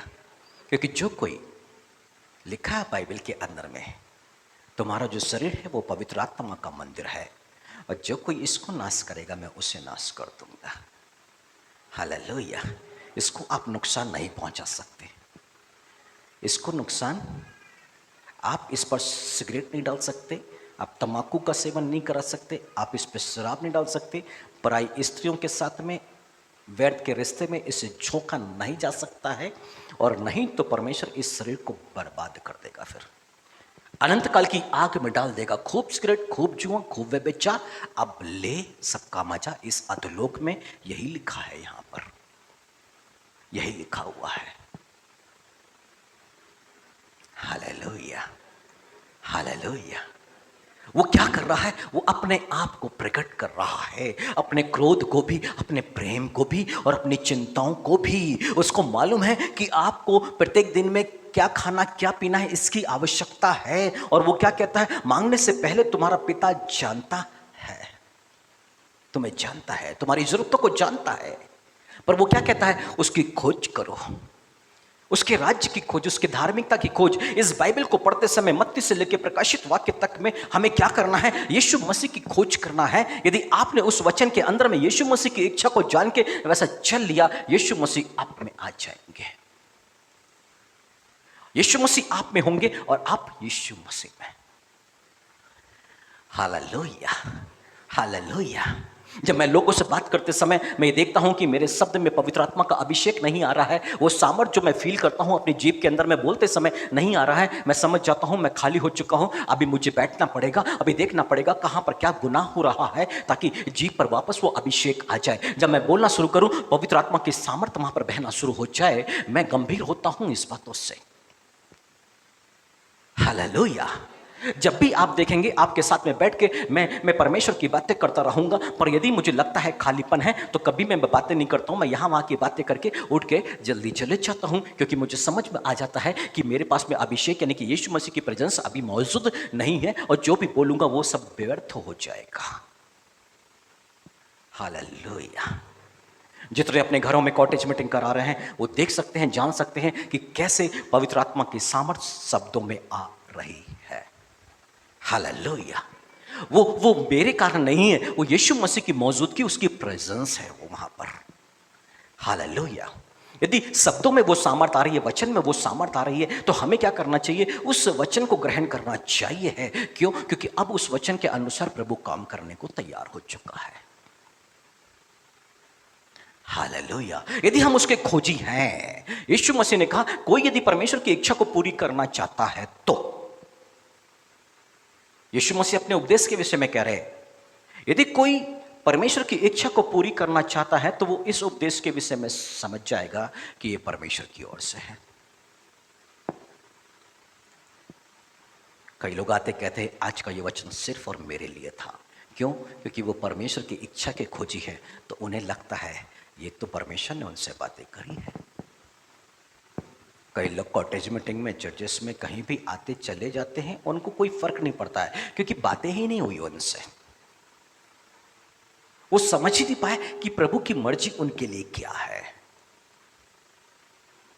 Hallelujah, hallelujah, hallelujah. हमें इस बाइबल को पढ़ते समय ना यीशु मसीह को जानने और समझने की आवश्यकता है मेरे प्रिय भाई और बहनों। यदि यीशु मसीह ने कह दिया है कि जब वो अपने पिता की महिमा सहित और स्वर्गदूतों के साथ में मध्य आकाश पर आएगा, चुने हुए लोगों को एकत्र करेंगे, कुछ को दाएं, कुछ को बाएं, कुछ को भेड़ कहा, कुछ को बकरी कहा है, तो हमें समझने की आवश्यकता है कि यीशु मसीह ने ये बताया है। इसका मतलब है कि वो हमें तैयारी का अवसर दे रहा है, और इसलिए हम बकरियों के समान जीवन को ना जीते हुए भेड़ों के समान जीवन को जिए। Hallelujah, hallelujah, hallelujah.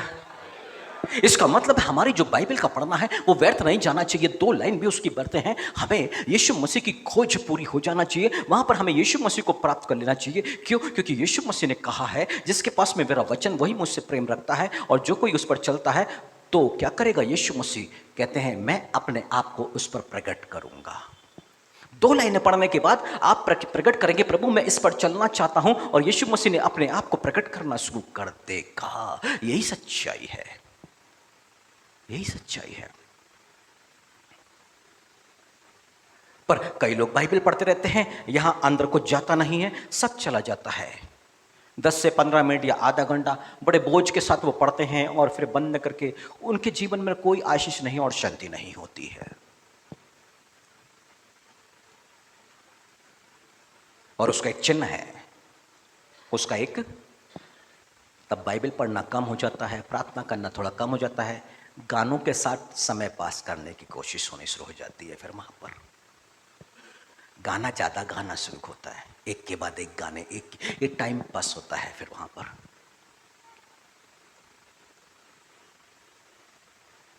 हालेलुया, 2-2, 3-3 घंटे की प्रार्थना में बैठते हैं, हफ्ते में कभी एक बार गीत गा ले तो गा ले, पर यहां कोई गीत नहीं होता है। क्यों? क्योंकि डूब चुके हैं बातें करने में। कितना समय लगता है प्रभु के साथ संगति? 5 मिनट में जवाब आना शुरू, वहां से तेजी से प्रभु बातें करना शुरू कर देता है, बताना शुरू कर देता है कमी घटी के विषय में भी, कैसे आशीष को पा सकते हो, कैसे श्रापों से मुक्त, तुरंत बातें करना शुरू करता है। हालेलुया। हमें करना क्या है इस बाइबल को पढ़ते समय?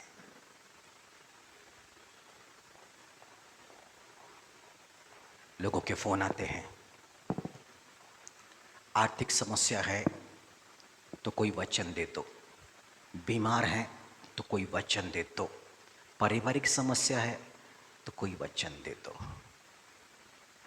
लोग ये भ्रम में आ गए हैं कि वचन को लेकर प्रार्थना करेंगे तो आशीष आ जाएगी। झूठ है।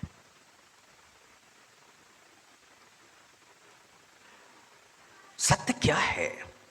यीशु मसीह ने कहा धन्य है वे जो वचन को सुनते और उस पर चलते हैं। वचन को सुनते और उस पर, वो आशीषित हैं। वो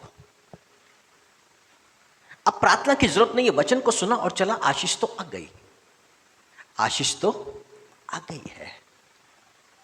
यदि इस पूरी बाइबल के अंदर में देखें तो जहां जहां आशीष की बातें हैं वहां पर लिखा धन्य है वे, धन्य है वे, धन्य है वे। और जहां वचन के विरुद्ध में है श्रापित है वे, श्रापित है वे, श्रापित है वे। इसका मतलब है जहां लिखा है श्रापित है वो, तो इसका मतलब है कि ये वाला काम करने से श्राप आएगा, इससे बचना है। धन्य है वे, इसको करने से आशीष आएगी, इसलिए प्रार्थना ये करना है कि प्रभु हम ऐसा कर सके। Hallelujah, hallelujah. मैं लगातार प्रार्थना करता हूं। हाँ, पहले के स्वभाव में, अभी के स्वभाव में मैं नहीं बोलूंगा कि बिल्कुल परफेक्ट हो चुका हूं, पर मैं लगातार दीन होने के लिए, विनम्र होने के लिए, जब से मिनिस्ट्री में आया हूं, जब से प्रभु में आया, आज तक मेरी प्रार्थना होती है हर दूसरे तीसरे दिन में, प्रभु विनम्र कर, प्रभु दीन कर, प्रभु विनम्र कर, प्रभु दीन कर। हालेलुया। मुझे नहीं मालूम अपन कितने लोग इस विषय को लेकर प्रार्थना करते हैं, क्योंकि मैक्सिमम अपनी जो प्रार्थना होती है वो शरीर की बातों से जुड़ी होती है।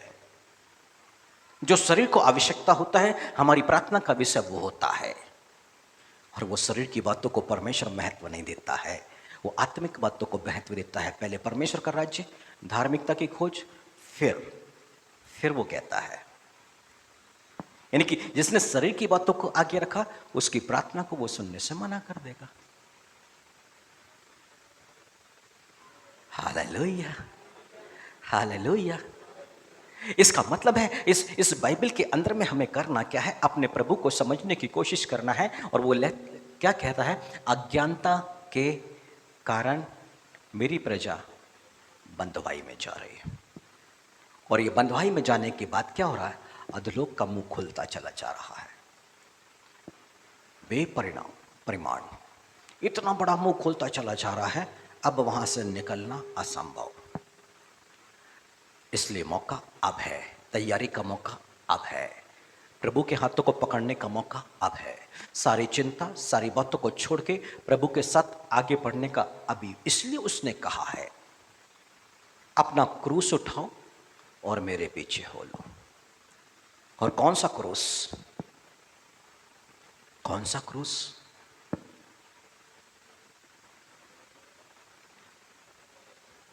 प्रतिदिन का, रोज का।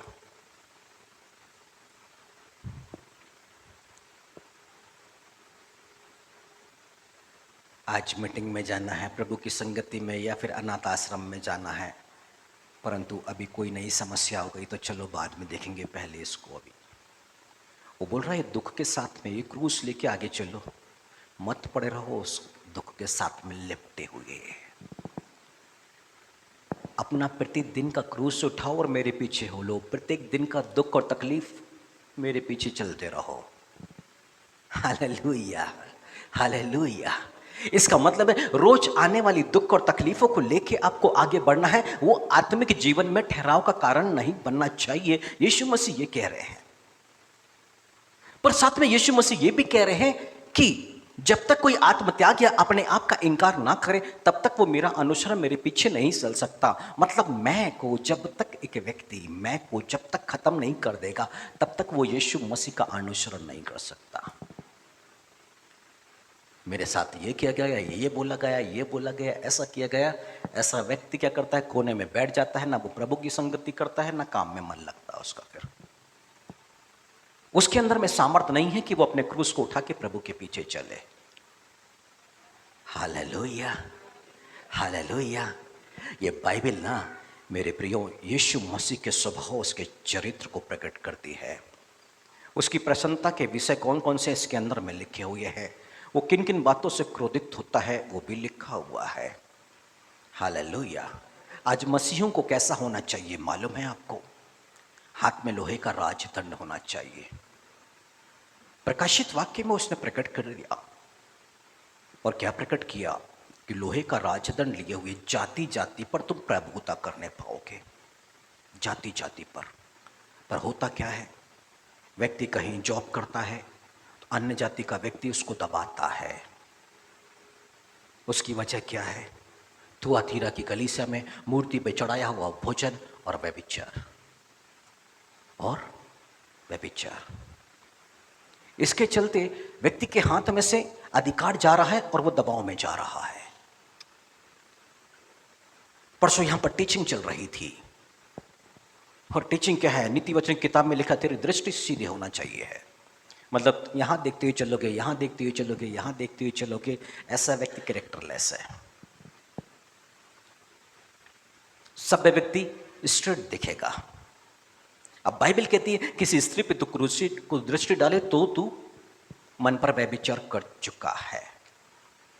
तो अब इस दृष्टि को सीधे रखने का बस एक ही तरीका है, इस सारे पाप से मनुष्य बचा रह सकता है। यही टीचिंग यहां पर चल रही थी कि अपनी दृष्टि को आप सीधे रखो, सीधे सीधे चले जाओ, आपके दिमाग में कभी भी कुछ गड़बड़ नहीं होगा। आप प्रभु के वचन को मन में रख के चले जाओ, आपके जीवन में कोई भी गड़बड़ी नहीं आएगी। परंतु ये जो कुदृष्टि है ना, लोहे का राजदंड हाथ से जा रहा है। लोगों के जीवन पर एक प्रेशर आ रहा है, पड़ोसी दबाव है, डिपार्टमेंटल दबाव आ रहा है। वो कह रहा है लोहे का राजदंड लिए हुए जाति जाति पे तुम प्रभुता कर पाओगे, जाति जाति पर। और फिर साथ में क्या दूंगा, कहता है मैं भोर का तारा।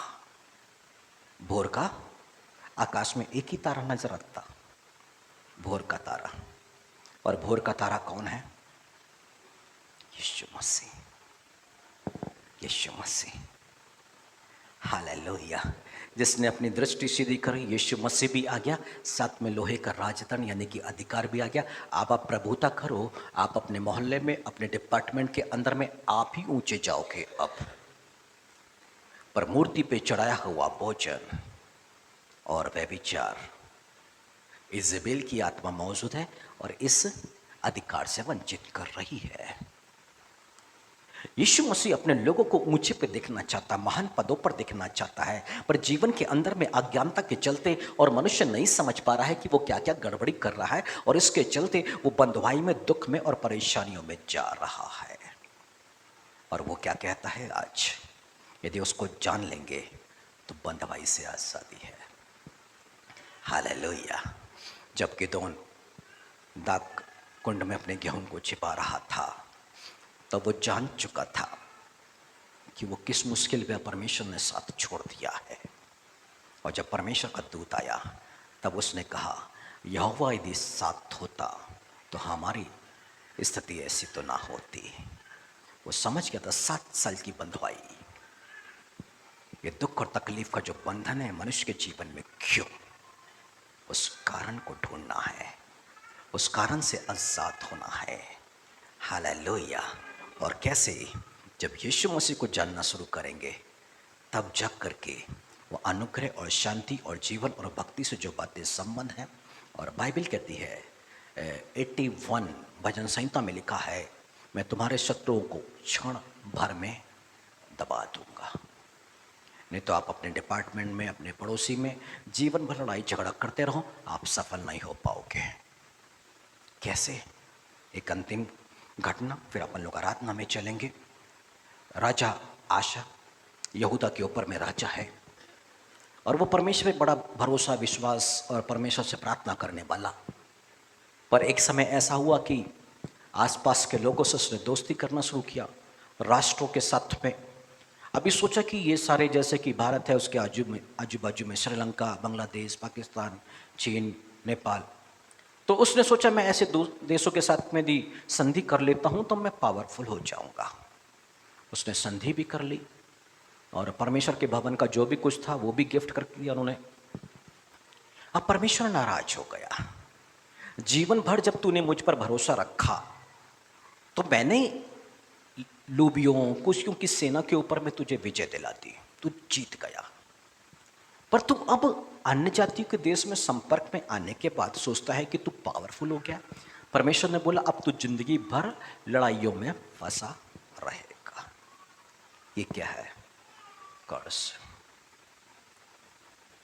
परमेश्वर से भरोसा हट करके मनुष्यों पर आना, अपनी बुद्धि पर आना, अपने धन पर आना, ऐसे कर्ज आते हैं जीवन पर जब मनुष्य लगातार बंधुआई में चला जाता है। हालेलुया। चलिए एक सवाल कीजिए अपने आप से कि अब स्वतंत्र होने के लिए हम क्या करें? स्वतंत्र होने के लिए हम क्या करें? परमेश्वर के वचन में अज्ञानता के कारण, तो आज से प्रभु यीशु मसीह को जानने की कोशिश। हालेलुया। यीशु मसीह से प्रार्थना की तू अपने आप को मुझ पर प्रकट कर प्रभु जी। आज हम इस अध्याय में है प्रभु जी, तू अपने आप को प्रकट कर और बता कि तू मुझसे क्या चाहता है। तेरे मन में मेरे लिए क्या है प्रभु जी, तू मुझसे क्या चाह रहा है और आगे का मेरा भविष्य इस वचन के अनुसार क्या प्रभु जी। और निश्चय ही प्रभु प्रकट करेगा। आप जब उसको जान जाएंगे, आप वैसा ही व्यवहार करना शुरू करेंगे और देखिए उसी पल में आप पर शांति भी होगी, आनंद भी होगा, छुटकारा भी होगा और आपकी समस्या दूर जाना शुरू हो जाएगी। हालेलुया। तो आइए अपने स्थानों पे खड़े होकर अपनी आंखों को बंद करें हम।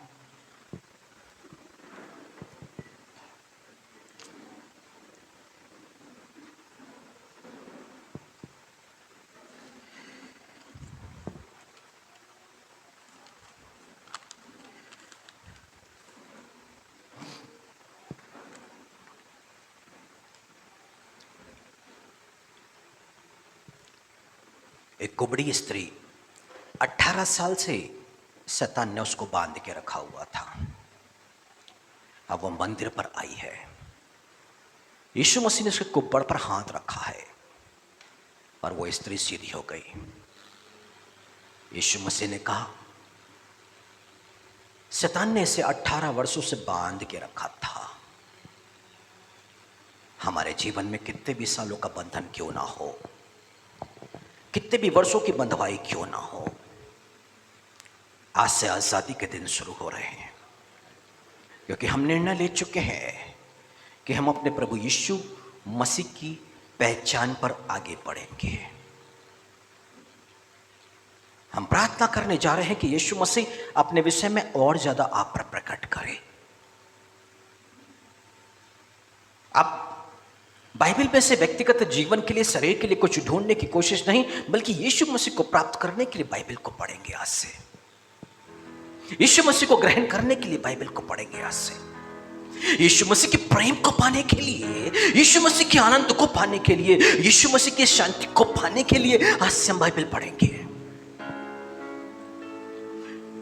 यीशु मसीह के साथ संगति करने के लिए हम इस बाइबल को पढ़ेंगे। यीशु मसीह के साथ एक गहरा संबंध बनाने के लिए, पिता की इच्छा को जानने के लिए, पिता को प्रसन्न करने के लिए हम उसकी इच्छाओं को इसके अंदर में खोजेंगे। यीशु मसीह के आगमन के दिन के लिए तैयारी के लिए हम इस बाइबल को पढ़ेंगे।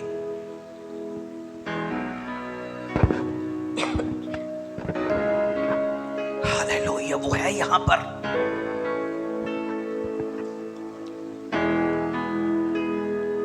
बहन मीरा ने विश्वास किया यीशु मसीह की प्रेजेंस यहां पर है,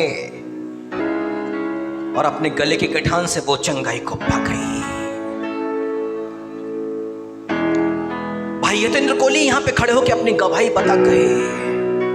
उनके गले का कैंसर दूर हो गया, विवाह है और आज ही का दिन है उनका। वो यीशु मसीह जिसने कोहली भाई को स्पर्श करके कैंसर से आजाद किया, जिसने बहन मीरा ठाकुर को आजाद किया, स्वतंत्र किया, वो यीशु मसीह है यहां।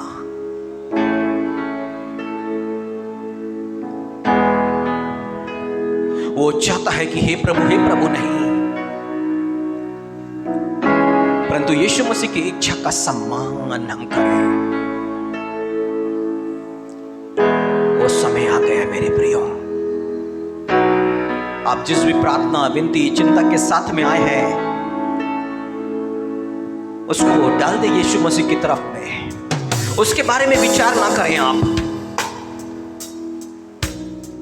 आज बस ये प्रार्थना करें कि यीशु मसीह आपको मिल जाए। हम अज्ञान नहीं रहना है, यीशु को जानना है, अज्ञानता को दूर करना है।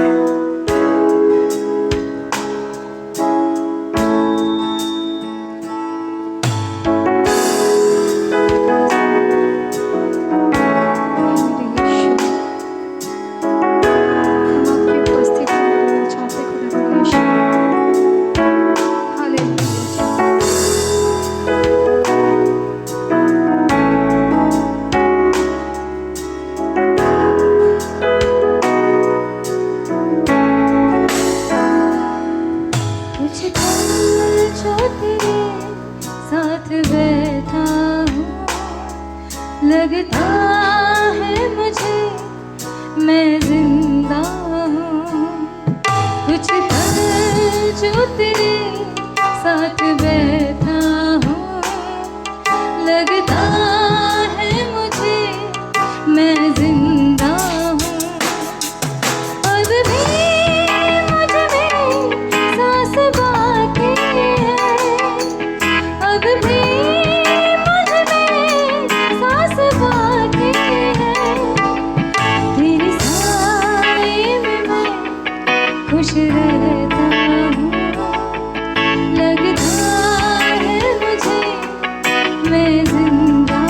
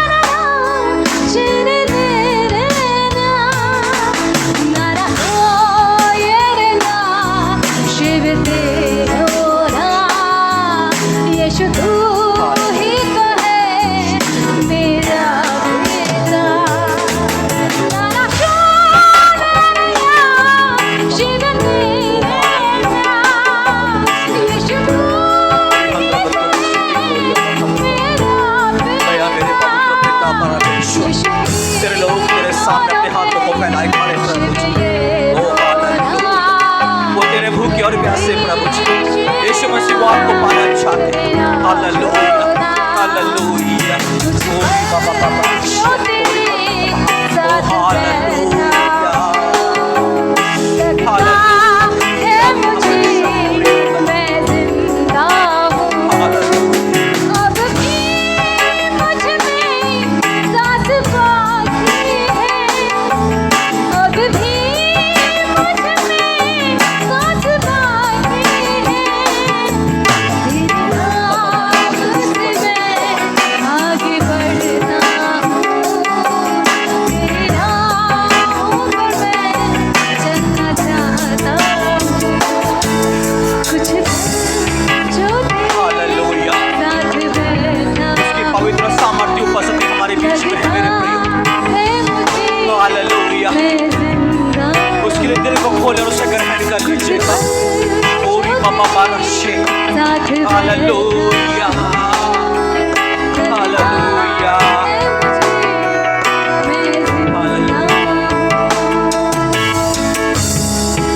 वो याजक यीशु मसीह को ना जानता था, वो अज्ञानी था। जिस व्यक्ति को डाकुओं ने लूटा छोड़ के चला गया, यीशु मसीह ने कहा जिसके पास मेरा वचन है वही मुझसे प्रेम रखता है।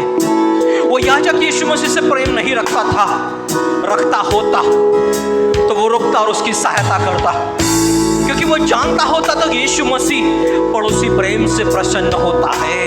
उसकी आज्ञा है पड़ोसियों से प्रेम करो। वो जानता होता यीशु मसीह को तो निश्चय ही सहायता और मदद करता। यीशु मसीह ने कहा जान लो वो याजक मुझे नहीं जानता है, वो पास्टर मुझे नहीं जानता है। तुम्हारे आसपास ऐसे पास्टर होंगे जो मुझे नहीं जानते हैं, तुम्हारे आसपास ऐसे लेवी होंगे जो बाइबल को लिए घूमते हैं घर घर, परंतु वो मुझे नहीं जानते हैं क्योंकि उन्होंने उसकी सेवा नहीं करी। ओ हालेलुया हालेलुया हालेलुया। प्रभु जी तुझे जानना, तेरी आज्ञाओं का पालन करना है तो आज हम पर प्रकट कर प्रभु जी, अपनी सामर्थ्य प्रभु जी। हम आपको जाने, आपके वचनों पर चले प्रभु जी। ओ हालेलुया हालेलुया प्रभु जी, आपकी आज्ञाओं पे चल के हम पे इस बात को प्रकट करें कि हम आपको जान चुके हैं।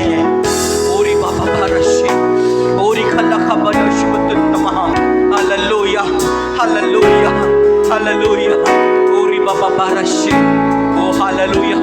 जो दुष्टों की संगति कर रहा है अभी समय है अपने आप को हाथ में सौंप दे प्रभु जी। दुष्टों के हाथ से मुझे छुड़ा ले, मैं इनके साथ ना बैठूं, मैं दारू पीने वालों के साथ, गुटखा खाने वालों के साथ, परिस्थितियों के साथ संगति करने वाले, चोरी करने वाले, गंदी गंदी गालियां बकने वाले के साथ दूर कर। ये आखिरी अवसर है, ये आखिरी अवसर है, नहीं तो फिर हालेलुया बड़ा क्लेश आने जा रहा है आपके जीवन पर।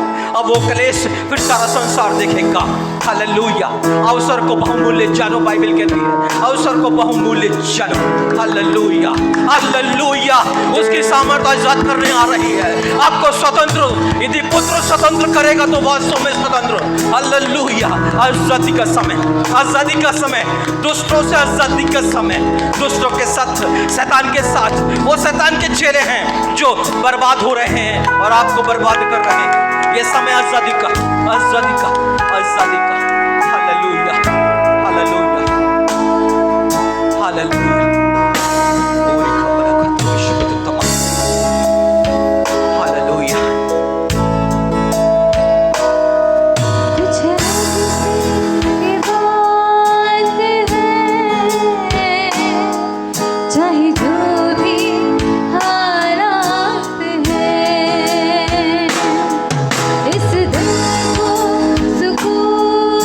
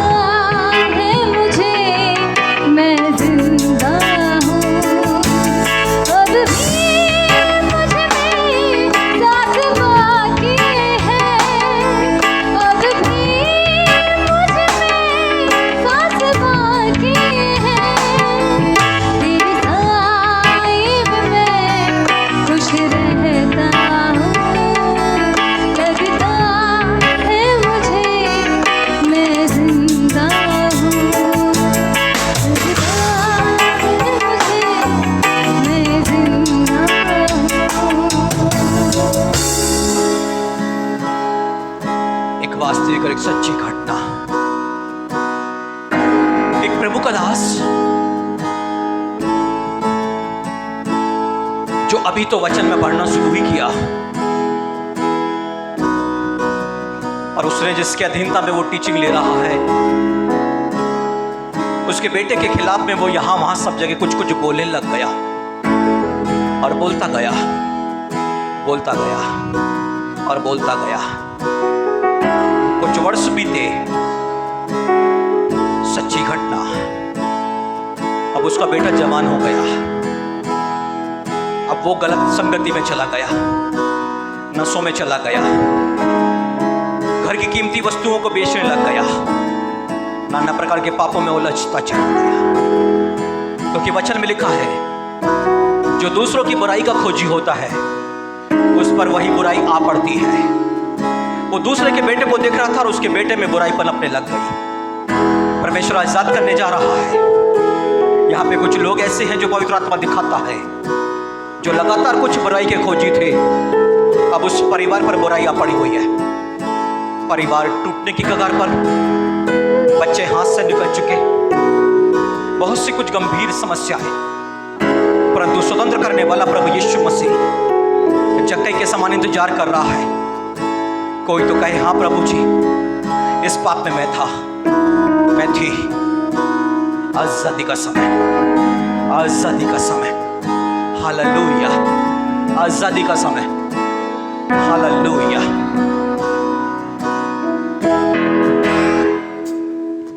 तेरी कांधे पे सर हो मेरा, और डोलूं यूं ही चंद पर। पश्चाताप कर सकते हैं आप। मेरी नजरें हो तुझे पर टिकी, वक्त थम जाए, दिन जाए ढल। तेरे कांधे पे सर हो मेरा, और डोलूं यूं ही चंद पर। मेरी नजरें हो तुझे पर टिकी, वक्त थम जाए, दिन जाए ढल।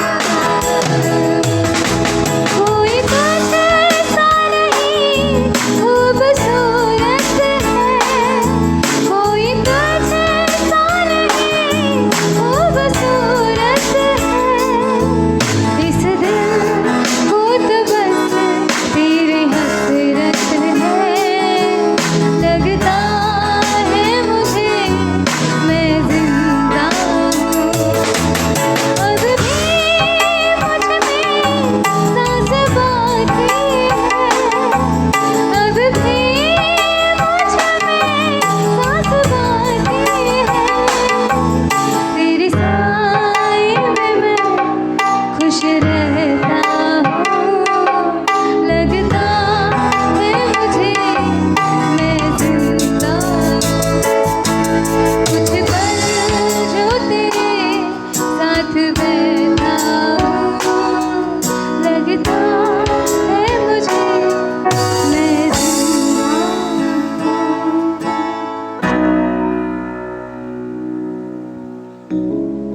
Thank you Jesus. धन्यवाद महाराजा जी, आपकी सामर्थ के लिए धन्यवाद पवित्र पिता। पानी पर चलने वाले यीशु, आप यहाँ चल रहे हैं, आपका धन्यवाद हो प्रभु जी। हम सबको मार्ग दिखाने के लिए धन्यवाद हो पवित्र पिता। हमारे गुनाहों को, हमारे जीवन की सच्चाइयों को प्रकट करने के लिए धन्यवाद हो महाराजा जी। हम कहाँ हैं, किस स्थान पर है, उस स्थान की बातों को प्रकट करने के लिए भी धन्यवाद देते हैं पवित्र।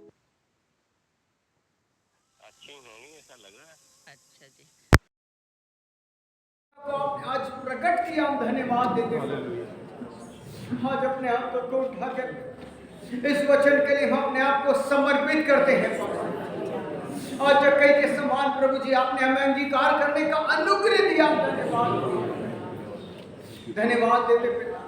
हम सबसे बोलने और बातचीत करने के लिए धन्यवाद, आजादी का मार्ग दिखाने के लिए भी धन्यवाद देते प्रभु। जो सामर्थ्य यहाँ गए, इस सामर्थ को हम यीशु के नाम पर ग्रहण करते हैं।